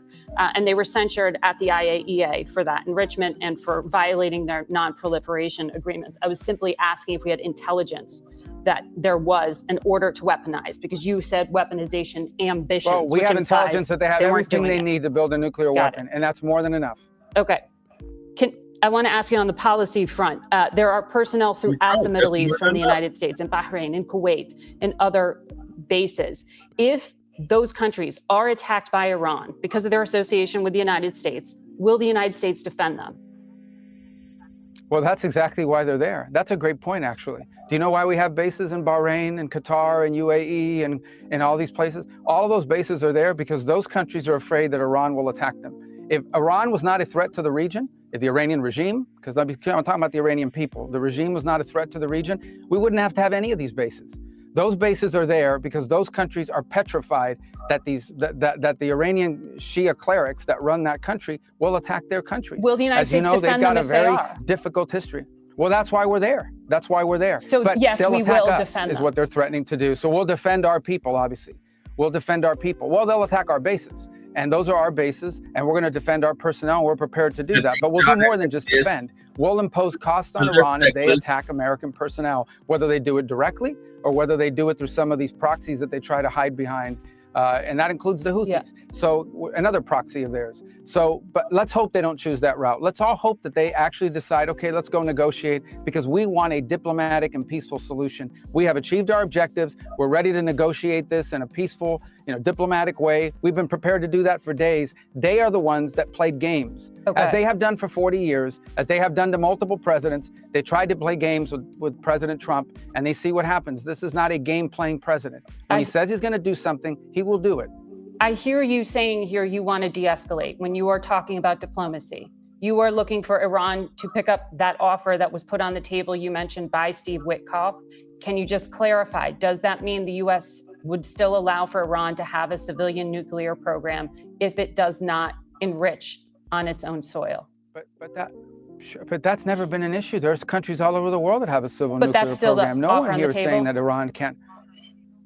Sure, that's always been there. Any country in the world has a right to have a civil nuclear program. What they don't have a right to do is to enrich it at 60%, hide it under a mountain, and develop long-range and short-range and mid-range missiles and sponsor terrorist proxies all over the world. They don't have a right to do that. And that's what they've been doing. And no one's dealt with it. And it's continued to linger. And they've played games with multiple presidents and multiple countries around the world, and they've gotten away with it for 40-something years. This is very simple. The president wants to resolve this diplomatically and peacefully. He gave them a chance to do that. They delayed. They had all these kind of delay tactics. They wouldn't even meet with us directly. We had to go through third countries. This is very simple. Let's meet directly. Let's work on agreements that are good for Iran, good for the Iranian people in particular, good for the safety and security of the world and the United States. That's always been our preference. That continues to be our preference. But they're the ones that were playing games with us. And these are the consequences. We had to achieve those objectives. We had 3 objectives yesterday: Fordow, Natanz, and Esfahan. We conducted a brilliant military operation under the command of President Trump, and obviously great credit to Secretary Hegseth and General Kurilla and General Kane and all the airmen and the phenomenal people in the U.S. military. No other military in the world could have done this. No, We've achieved those objectives. What happens next is up to the regime. Okay, the regime wants peace. We're ready for peace. They want to do something else. They're incredibly vulnerable. They can't even protect their own airspace. Well, clearly they could not. But what is the U.S. assessment of how much nuclear material at those sites was moved prior to the attack? There has been talk for days about bombing of Fordow.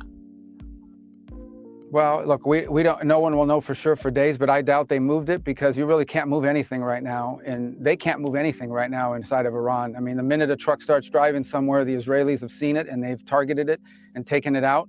So our assessment is we have to assume that that's a lot of 60% enriched uranium buried deep under the ground there in Esfahan, and that really is the key. What they should do with that is they should bring it out of the ground and turn it over. Multiple countries around the world will take it and downblend it. That's what they should do with that. And what they should do is say, we're not going to have any enrichment capability in our country. Instead, what we're going to have is a civil nuclear program like dozens of countries around the world have, where we build reactors that create electricity and we import enriched material. And we've made very general, I'm not going to get all the details of the offers, but there are other avenues here that would be acceptable to them. If that's what they wanted, if what they want is a civil, peaceful nuclear program, the route has always been there. The problem is that everything they're demanding has nothing to do with a peaceful program. They are all the things you would want if you want to retain the option of one day weaponizing the program, which has been their clear intent. To me, that's indisputable. I followed this issue for 15 years, including the intelligence on it for 15 years. Okay, I have followed it. And the intelligence, these are assessments, and sometimes they've been wrong. I've seen them revised multiple times. These guys want a nuclear weapon one day. Okay, they to that point. And it isn't going to happen. Not while Donald Trump is president. Understood. You've said this is not about regime change, but you are describing a regime that you have said for decades, I mean, for upwards of 40 years, has chanted death to America, has done all the things you just described. Isn't a diplomatic deal with them a lifeline? Aren't you offering to negotiate with the same people you're saying did all these things? So therefore, are you actually looking for regime change?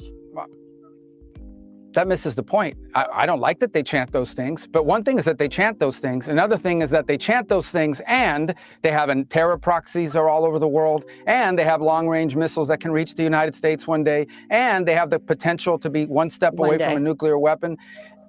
Yeah, well, one day could be tomorrow, could be a week from now, could be a month from now. You know, all it takes is the flip of a switch. By the way, they're not going to broadcast that to the world. By the time we figure out that they're doing it, you have all the pieces in place, okay? It's like you have a gun here and the ammunition.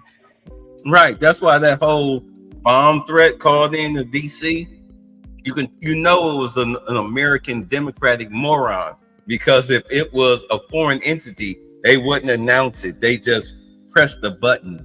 It only takes 1 second. We have other targets that we could hit, but we achieved our objective. The primary targets we were interested in are the ones that were struck tonight in devastating fashion. The ones that were struck, I guess, tonight over there, their time, in devastating fashion, and we've achieved that objective. There are no planned military operations right now against Iran unless they mess around and they attack American or American interests. Then they're going to have a problem. Then they're going to have a problem, and I'm not going to broadcast what those problems are, but suffice it to say, know this. The United States flew halfway around the world, right into the heart of Iran, over their most sensitive locations.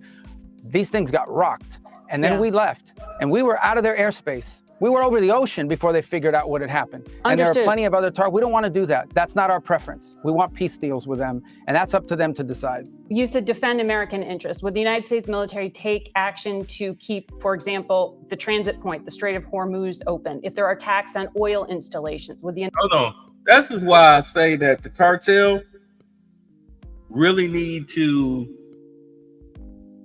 mind their P's and Q's. Like, as we're steadily rounding up their members, their child rape and murderers, and their fentanyl dealers and whatnot.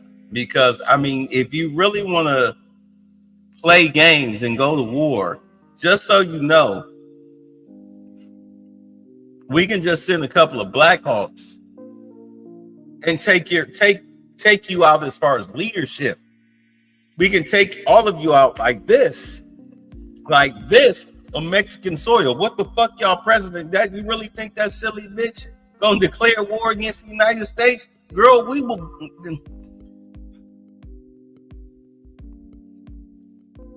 will smoke you, and then go have a Bob Evans breakfast. You understand? You're Mexican. Who the fuck are you? You little operatives here in the United States? Trust me. Trust me. We will wipe you out. And anybody that wants to get in the way as an American citizen or a Hispanic naturalized, we'll wipe you all out. We're firing rubber bullets and tear gas at you. You really don't want us to break out the real ammunition on your asses, because we should have done that, but we're being nice. You really want to do some insurrectionist shit here on American soil? We will paint the streets, will run red with your blood and your seditionist friends. We'll blow your goddamn country to smithereens, and then we'll absorb Mexico and control your little drug fields and everything. We'll burn that shit to the ground or sell it to other nations on the black market. You're fucking with the wrong country.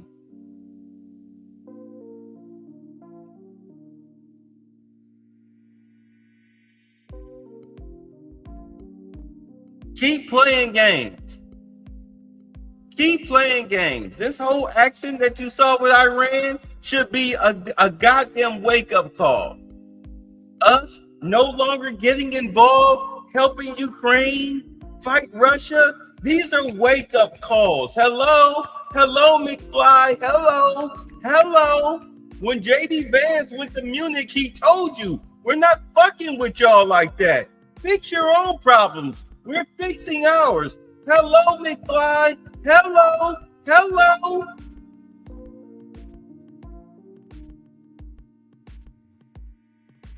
This is not a politician in the White House. Nobody's buying him off. You can't talk your way into fucking over Americans anymore. The Democratic Party, your little feckless little political party here that works for China and Hamas and Mexico, those people are we killed their money. They have no money. Their media apparatuses, like this bitch right here, is being slapped in the face. Nobody's watching their shit. MSNBC is up for sale. Soon CNN will be up for sale. These people are CNN is showing movies now at night to pay the bills.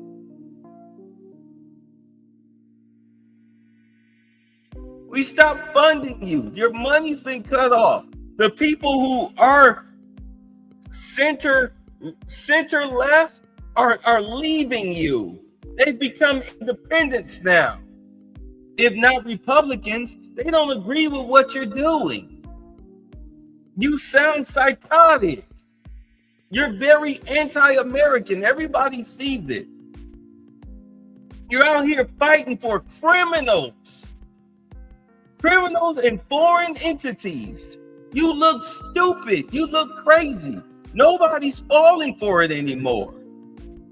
Please, we dare one of you punk bitches to start firing live ammo at some of these ICE agents. We dare you. The hammer of Thor will come down upon you. The kid gloves the deportation kid gloves are off, but you really don't want to face the might of just the National Guard. You remember your oath? Yeah, my oath is to protect God and country, not you motherfuckers. I'm not here to protect criminal illegals. I'm here to protect the nation. The rest of you can fuck off. I'll blow your brains out just like I'll blow your brains out of a goddamn illegal. Because you're a seditionist. People don't seem to understand. I think what it is, motherfuckers got too comfortable with thinking that the United States is some pussified nation. I'm not saying I personally would do it. I'm just saying some people have forgotten that they think the United States is a pussified nation. This is the greatest military in the world. And if you really think that these National Guard troops want to blow your goddamn brains out, you got another thing coming. You got another thing coming. They are ordered not to hurt you. But if they are told, hey, look, if anybody coming too crazy, you take them down. They are an enemy combatant. If you really think that these National Guardsmen who live in this area, who have sworn an oath to this country, if you really think they won't do that to you, somebody throwing a projectile to them, that because you live here, you're an American like me. No, they don't see you as an American. Do you understand? People who join the military do not join the military because they are anti-American. They will fuck you up. They just haven't been told to fuck you up. And for the record, yes, the Marines will operate on U.S. soil if there is violent treasonous activity by foreign and domestic terrorists going on in this country where the National Guard and the local police cannot handle it. Don't think for 1 minute they won't fuck you up. Talk to Charles. Talk to Charles, former military. Ask anybody, former foreign or current military. Ask them, hey, look, if push came to shove and you had foreign and domestic terrorists just tearing up a city and, the president called y'all in to handle it, as if you was in Iraq, would y'all do it? You goddamn right they would. This is your home. I'd be goddamn if I let your piece of shit ass tear up 55th and Central.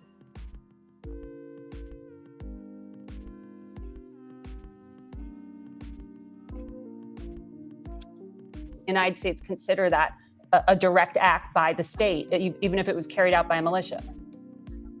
Well, I'm not going to take options away from the president. That's not something we're talking about right now in terms of being immediate. But if they do that, the first people that should be angry about it are the Chinese government, because they take a lot of their oil comes through there. So they should be the first ones that are saying if they mine the Straits of Hormuz, the Chinese are going to pay a huge price. And every other country in the world is going to pay a huge price. We will too. It'll have some impact on us. It'll have a lot more impact on the rest of the world. A lot more impact on the rest of the world. It would be a suicidal move on their part, because I think the whole world would come against them if they did that. Will the Chinese and Russians stop trading with Iran? You have to ask the Chinese and the Russians. haven't asked Probably them? not. I mean, they're getting, the Russians are getting a bunch of these, these drones that they're using are coming from Iran. Exactly. They're coming from Iran. So I saw the foreign minister, instead of meeting with Steve Witkoff, is headed to Moscow to meet with Putin, which was a pre-scheduled meeting, which is fine. They can go meet. And, the Russians at the end of the day, I mean, they buy drones from them. But look, this is very simple. We want to have an agreement with them, a diplomatic agreement in which they have a civil nuclear program, but are not enriching and don't have weapons-grade material or weapons-grade capabilities laying around. That's that simple. That's our interest here. Understood. Who they trade with, who they deal with, those are other topics. Our objective here is very straightforward. They're not going to have a nuclear weapon. They're not even going to get close to a nuclear weapon. They're not even going to be in the neighborhood of a nuclear weapon, because these people are dangerous. This is a radical Shia clerics who run that country, Yes. and they are the source of all instability in the region, all of it. Without And you're Iran offering to and this negotiate regime, with them, there so- is no Hamas, there is no Hezbollah. Well, because we don't want them to have a nuclear weapon. Okay, but that's the core objective. But I'm going through the things they've done, because that's why they can't have a nuclear weapon. Okay, they sponsor Shias. They sponsor these Shia militias, Hamas, Hezbollah, all these other terrorist groups. These people are never going to get anywhere close to a nuclear weapon. Not while Donald Trump is president. For the Americans at home who are going, are we at war? I'm trying to set up some of the facts here. So we're not at war. Why would Iran agree to any peace deal if the United States has already pulled out of one that they had, as President Trump did in 2018, and now has launched 2 surprise attacks? Both Israel and the United States have done so. There is such a massive trust deficit there. How could you possibly come the trust deficit started with Iran. I know. Well, the trust deficit, the ones that shouldn't be trusted are the Iranians, because they're the ones that sponsor terrorism. Did they forewarn us before they blew up the embassy in Lebanon and killed over 200 American servicemen? Did they forewarn us before they built IEDs and blew the legs and arms off of American servicemen in Iraq? I mean, these are the people that are doing this forever. They're the ones that no one should trust. They're the ones that have lied about their nuclear program. But they're the ones that have hidden things from the like international organisms. But that sounds like we're headed towards regime change, where the desire to get these people out of power. No, a serious foreign policy is one that's focused on identifying what our national interest is. You don't have to like the regime. There are a lot of regimes around the world that we don't like, okay? But in this particular case, what we are focused on is not the changing of the regime. Okay, that's up to the Iranian people if they want to do that, but that's not what we're focused on. Our national interest is about one thing, and that is Iran not getting anywhere near the capability to weaponize and have nuclear weapons. They're not going to get anywhere near that capability. The president has made that clear from day one. Our preference for solving that problem, that very specific problem, is through diplomacy. We've said that. We've given it every opportunity. They played games. They tried delay tactics. They're trying delay tactics now on the Europeans because of the snapback provisions. When did and you the talk about the president JCPOA, make this- that was a crazy deal. When did the president make this decision? Because he said he was giving 2 more weeks of diplomacy on Friday, and on Friday, these jets took off. Well, the president retains the opportunity to pull out of this at any moment, including 10 minutes before. But the president ordered options. Look, the decision, in my view, was made when he wrote a letter to the supreme leader, and he said, over the next 60 days, we want to do a deal with you and solve this problem of nuclear weaponization. We want to do it peacefully. Okay. If after 60 days we don't see progress or it isn't solved, we have other alternatives. He made that very clear. I think what some people are struggling with here is that we today have a president who does what he says he's going to do. And that's what happened here. And hopefully the Iranian regime got that message. We're going to hit a commercial break, so I have to wrap you there. Thank you very much for your time.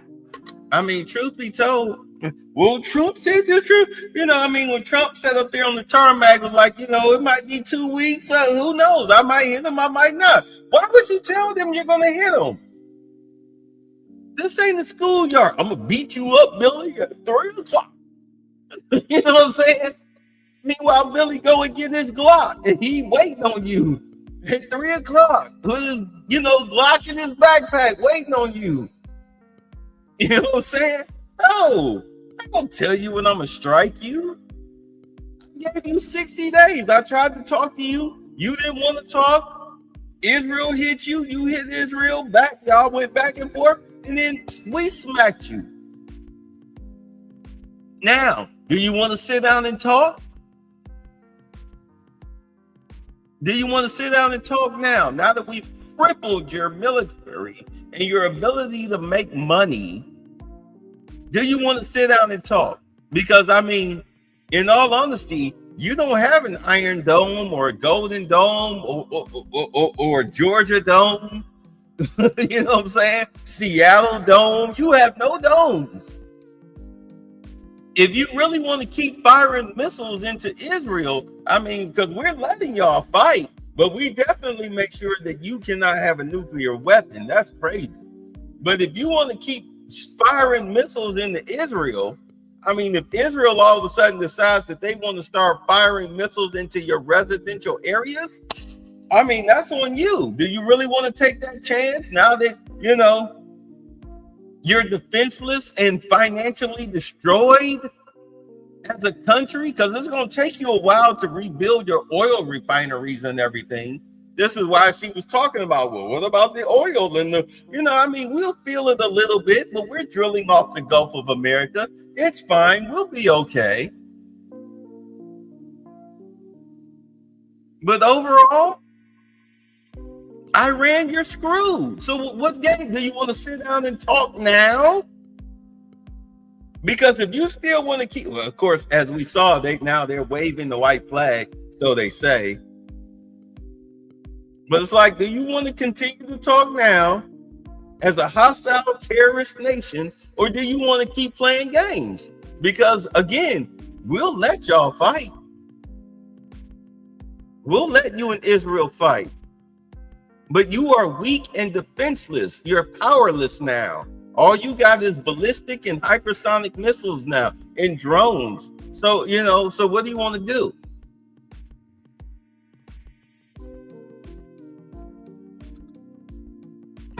A Fox News alert, President Trump gathering his National Security Council at the White House today as he doubles down on his campaign promise, making the world a safer place after the epic takedown of Iran's major nuclear sites. White House Press Secretary Kellyanne Levitt joins us now. You're right. Same thing with Israel, because their Golden Dome has been exhausted. Their little missile defense system has been exhausted. We saw what happened, the other day before the U.S. bombed those freaking mountain bases. Yeah, them missiles were starting to hit Israel. They were starting to smack Israel up, and punches was landing. Your punches was landing. They have no sloppy toppy on their domes, right? They both kind of in the same position. That's why all of a sudden now it's like, oh, okay, let's chill out. Let's see what our girl Carolyn Levitt. Let's see who she got in her crosshairs. This is a 9-minute video. Let's get into it. Caroline, I know the president seems very pleased by the results so far. What do we know about the effectiveness of the attack that's been relayed to you? The president is pleased, the country is pleased, and frankly, Brian, the whole world should be pleased with the courageous action that President Trump and our United States military took on Saturday night. I want to thank, and the president wants to thank, the brave pilots who flew nearly 40 hours and more than 7,000 miles from the middle of America to the Middle East to conduct this highly successful and complex precision strikes on Iran's nuclear facilities. This is an operation that presidents of the past have dreamed about, but no president had the guts to actually do it. But President Trump did, to take away this imminent threat, not just to the state of Israel, but to the United States and the rest of the world. So the country is a safer place today because of the president's bold action, and he has prevented a nuclear conflict. He has prevented a rogue radical regime from obtaining. Now understand, it wasn't just the bunker busters. It wasn't just the B-52s. You also had some battleships that fired missiles about 30 miles off the coast or something like that. And they hit these other targets. All right. They hit these other targets, but Fordo was the biggest target. As you can see, Iran's most critical nuclear site. They definitely needed that. They hit those with the buster bombs. Okay. And then Isfahan and Natanz These were the ones that were hit by the battleship missiles. But you definitely need to take out Fordo. I know it sounds like we're talking about Lord of the Rings, but you definitely need to take this out. This was the base that was buried 200 feet into the mountains. A nuclear bomb and threatening our people. So I know the president's very decisive, but he also likes listening to all angles. And he's used to Democrats fighting against him. How? Yes. Okay, wait. You see them hoes? You see these? Wait, let me back it up a little bit more. Hold on. Our people. So I know the president's very. All right. See these holes right here and right here? This is where those bunker busters, where they drilled into the ground. I'll say it again. What the bunker busters do, they don't explode on impact. They hit their reinforced noses. They drill underground. You set them, you program them to detonate after a certain amount of feet. So they hit, they drill into the ground, and then once they hit their depth, boom, that's when they explode. That's why all of it, like, I thought they hit the book. I don't see the destruction because the destruction is underground. Decisive, but he also likes listening to all angles. And he's used to Democrats fighting against him. How much harder was the decision when you have people like Steve Bannon coming over for lunch saying, don't do it, Marjorie Taylor Greene saying, don't do it, and other voices like that? How did the president digest all that, knowing these people weren't necessarily against him, they're against pending action he more than likely was going to take? One of the great things that makes President Trump a great leader is his ability to listen to people with different perspectives, but then ultimately make a decision based on his own instinct and the intelligence that he saw. And he saw, based on U.S. intelligence, that Iran is just weeks away from obtaining a nuclear weapon. And President Trump has been saying his entire life, not just as a presidential candidate or as president of the United States twice, but also as a private citizen, that Iran cannot obtain a nuclear weapon. And that's something that leaders around this world and on both sides of the political aisle agree with. Again, presidents dating back to Democrat Bill Clinton have said that Iran cannot obtain a nuclear weapon, but none of them had the courage to actually do something about it. And President Trump did. And nobody knows what it means to accomplish peace through strength better than President Trump.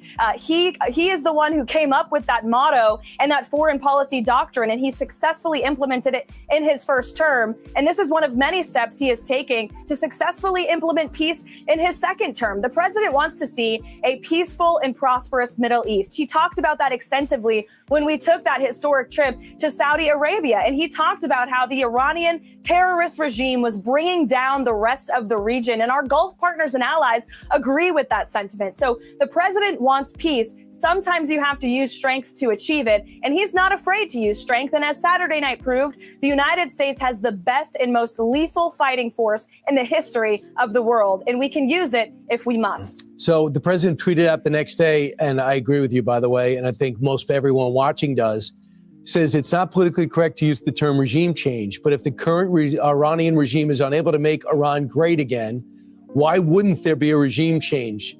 Does he think we should do that? Is he asking the Iranian people to do that? What's he saying there? The president believes the Iranian people can control their own destiny. And what he said last night makes complete sense. If the Iranian regime refuses to come to a peaceful diplomatic solution, which the president is still interested in engaging in, by the way, why shouldn't the Iranian people take away the power of this incredibly violent regime that has been suppressing them for decades? And so our posture has not changed. Our military posture has not changed. These were decisive precision strikes that were successful on Saturday evening. But the president is just simply raising a good question that many people around the world are asking. So let's go to the border if we can, and how that relates to the reprisals that Iran promises. One of the things they said was, Donald Trump, gambler Donald Trump can start a war, we'll finish it. Well, could it be through a sleeper cell here? Well, they certainly have the numbers. It turns out over the last 4 years, there's been over 1,500 Iranians coming through our southern border, 729 qualified for release. Your reactions to the American people concerned about a possible sleeper cell reprisal here? Mm-hmm. President Trump has no greater responsibility than protecting the homeland. And look at what he has done over the past several months to do that. He has done more than any president in American history to secure our border and the largest mass deportation operation of illegal criminals, many of them known terrorists that Joe Biden led into this country, are being removed every day. I spoke to our Secretary of Homeland Security this morning. She held a call with governors across the country, and the Department of Homeland Security is actively engaged with our state and local law enforcement partners to protect the American people. That is the president's number one priority in all of this. And that's ultimately what led him to make the decision to launch this strike on Saturday night, to protect our homeland from threats abroad. And we will continue to protect our homeland from threats here at home. And that's exactly why the Supreme Court overturned these dumbass judges' decisions to block the deportations. As far as Kilmar Garcia, they let him out. Like, dude, no. They're probably going to re-arrest him and throw his ass in a detention center. Like, because he is an MS-13 gang member. He is considered a terrorist. I think the United States, I think the biggest mistake that they did was deporting him back to El Salvador. They should have deported his ass somewhere else. But, you know, we'll see what happens with that. But this is the number one reason why the Supreme Court today overturned that decision. They sat on their asses and played games with it. But after today, yeah, they're done. Caroline, but no specific threat yet in any city or any state or any building? Not that I'm tracking, Brian, but I can assure you the Department of Homeland Security is monitoring the situation very closely. So as this operation takes place, Democrats said they were not told about it. They were left in the dark, and they said usually there's bipartisan calls for this, and they didn't know about it. Here is Republican Thomas Massie. We haven't been briefed. They should have called us all back. And frankly, we should have debated this War Powers resolution that Ro Khanna and I offered instead of staying on vacation and doing fundraisers and saying, oh, well, the president's got this under control. We're going to cede our constitutional authority. Should you have called everybody back? First of all, we did make bipartisan calls. Thomas Massie and the Democrats, he should be a Democrat because he's more aligned with them than with the Republican Party. We're given notice. The White House made calls to congressional leadership. They were bipartisan calls. In fact, Hakeem Jeffries couldn't be reached. We tried him before the strike and he didn't pick up the phone, but he was briefed after, as well as Chuck Schumer was briefed prior to the strike. So this notion that CNN ran with at the White House did not give a heads up to Democrats is just completely false. In fact, both Senator Schumer's office and CNN had to retract that story last night because it was a blatant lie. And we showed them the timestamps from those phone calls. But I want to add something to Thomas Massie's false point. The White House was not obligated to call anyone because the president was acting within his legal authority under Article 2 of the Constitution as Commander-in-Chief of the President of the United States. We gave these calls as a courtesy, and the Democrats are lying about this because they can't talk about the truth of the success of that operation and the success of our United States military and the success of this president and this administration in doing something that past administrations, Democrats too, have only dreamed about. Yeah, President Obama did not ask for permission to bomb Libya in 2011. That's right. Finally, I know you guys are going over to NATO. You're going to go one day later. It's going to be on Tuesday. So far, our NATO allies are looking for de-escalation. What do you want to hear from them about what we did over the weekend? That's right. The president will be taking off for NATO tomorrow morning. And one of the main topics of discussion will be that 5% threshold that our NATO allies have to hit. The president has been calling on our NATO allies to do more for quite some time. He got them to step up and do more in his first term. And you'll hear the president talk about that on this next historic trip to Europe. You want them spending 5%, right? 5% of their GDP on defense. Yes. Some of them just got to 2%. Have you gotten any pushback on that?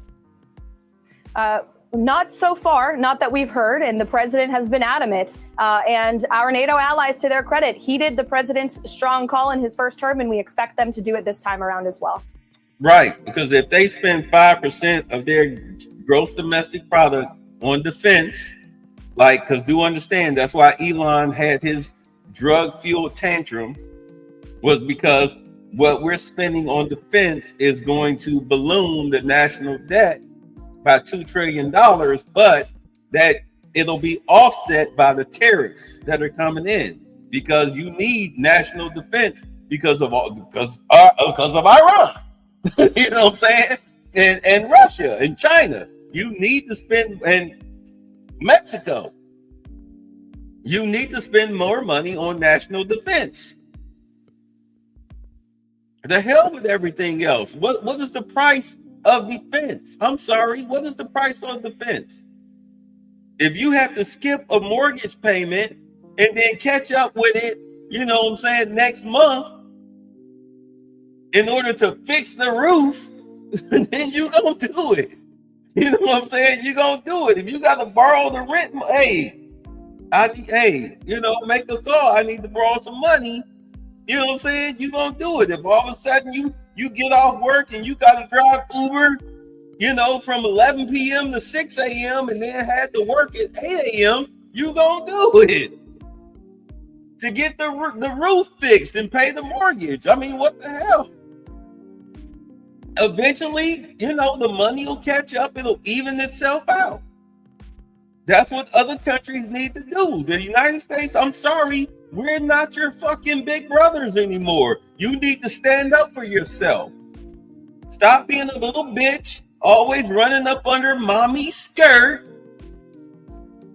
and handle your business, bruh. Stop asking us. And if you want anything from us, any type of weaponry or whatnot, then you need to break open your goddamn piggy bank and pay us. We're not doing it. We're not the welfare country anymore. Those days are over.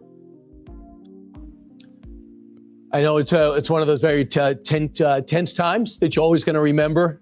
And thanks so much for letting us know what's happening from inside the White House. Caroline Levitt, thank you.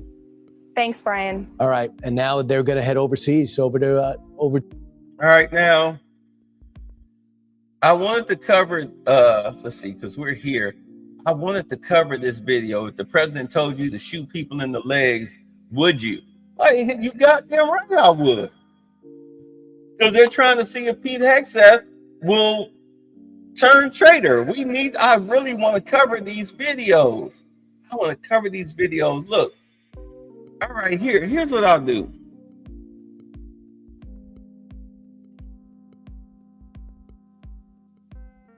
I'm trying to figure out what I got tomorrow. Okay, no VA appointments and everything. All right, I'm gonna make a promise. I know I'm gonna make a promise. 12 noon tomorrow. 12 noon tomorrow. I'm gonna cover the rest of these videos. 1, 2, 3, 4, 5. I'm gonna cover these. Because, I mean, there's just been stuff I've been wanting to get into, but I haven't been able to get to. You know what I'm saying? Because, I mean, I got to do my commentary and whatnot so I don't get the copyright strikes and everything. But they need to be done. So we'll do that, all right? That's a promise. That's a promise from me to you. But outside of that, all right, y'all, let's get out of here. I'll catch y'all tomorrow at noon. I promise. I promise. Let's go. Demon King Satan. That's what. Demon King Satan. Satan. Nope, not Satan. Satan. Satan. Satan. Satan. I actually felt retarded, like really retarded. I mean, I brushed my teeth retarded. I rode the bus retarded. In a weird way, I had to sort of just free myself up to believe that it was okay to be stupid or dumb. To be a moron. Yeah, to be Barack. Exactly. To be a moron. Nigga, did you know that I can see you? Stop breaking the law, asshole! You don't have the cards. You're buried there. Your people are dying. You're running low on soldiers. Listen, you're running low on soldiers. It would be a damn good thing. And then you tell us, I don't want a ceasefire. I don't want a ceasefire. I want to go and I want this. Look, if you could get a ceasefire right now, I tell you.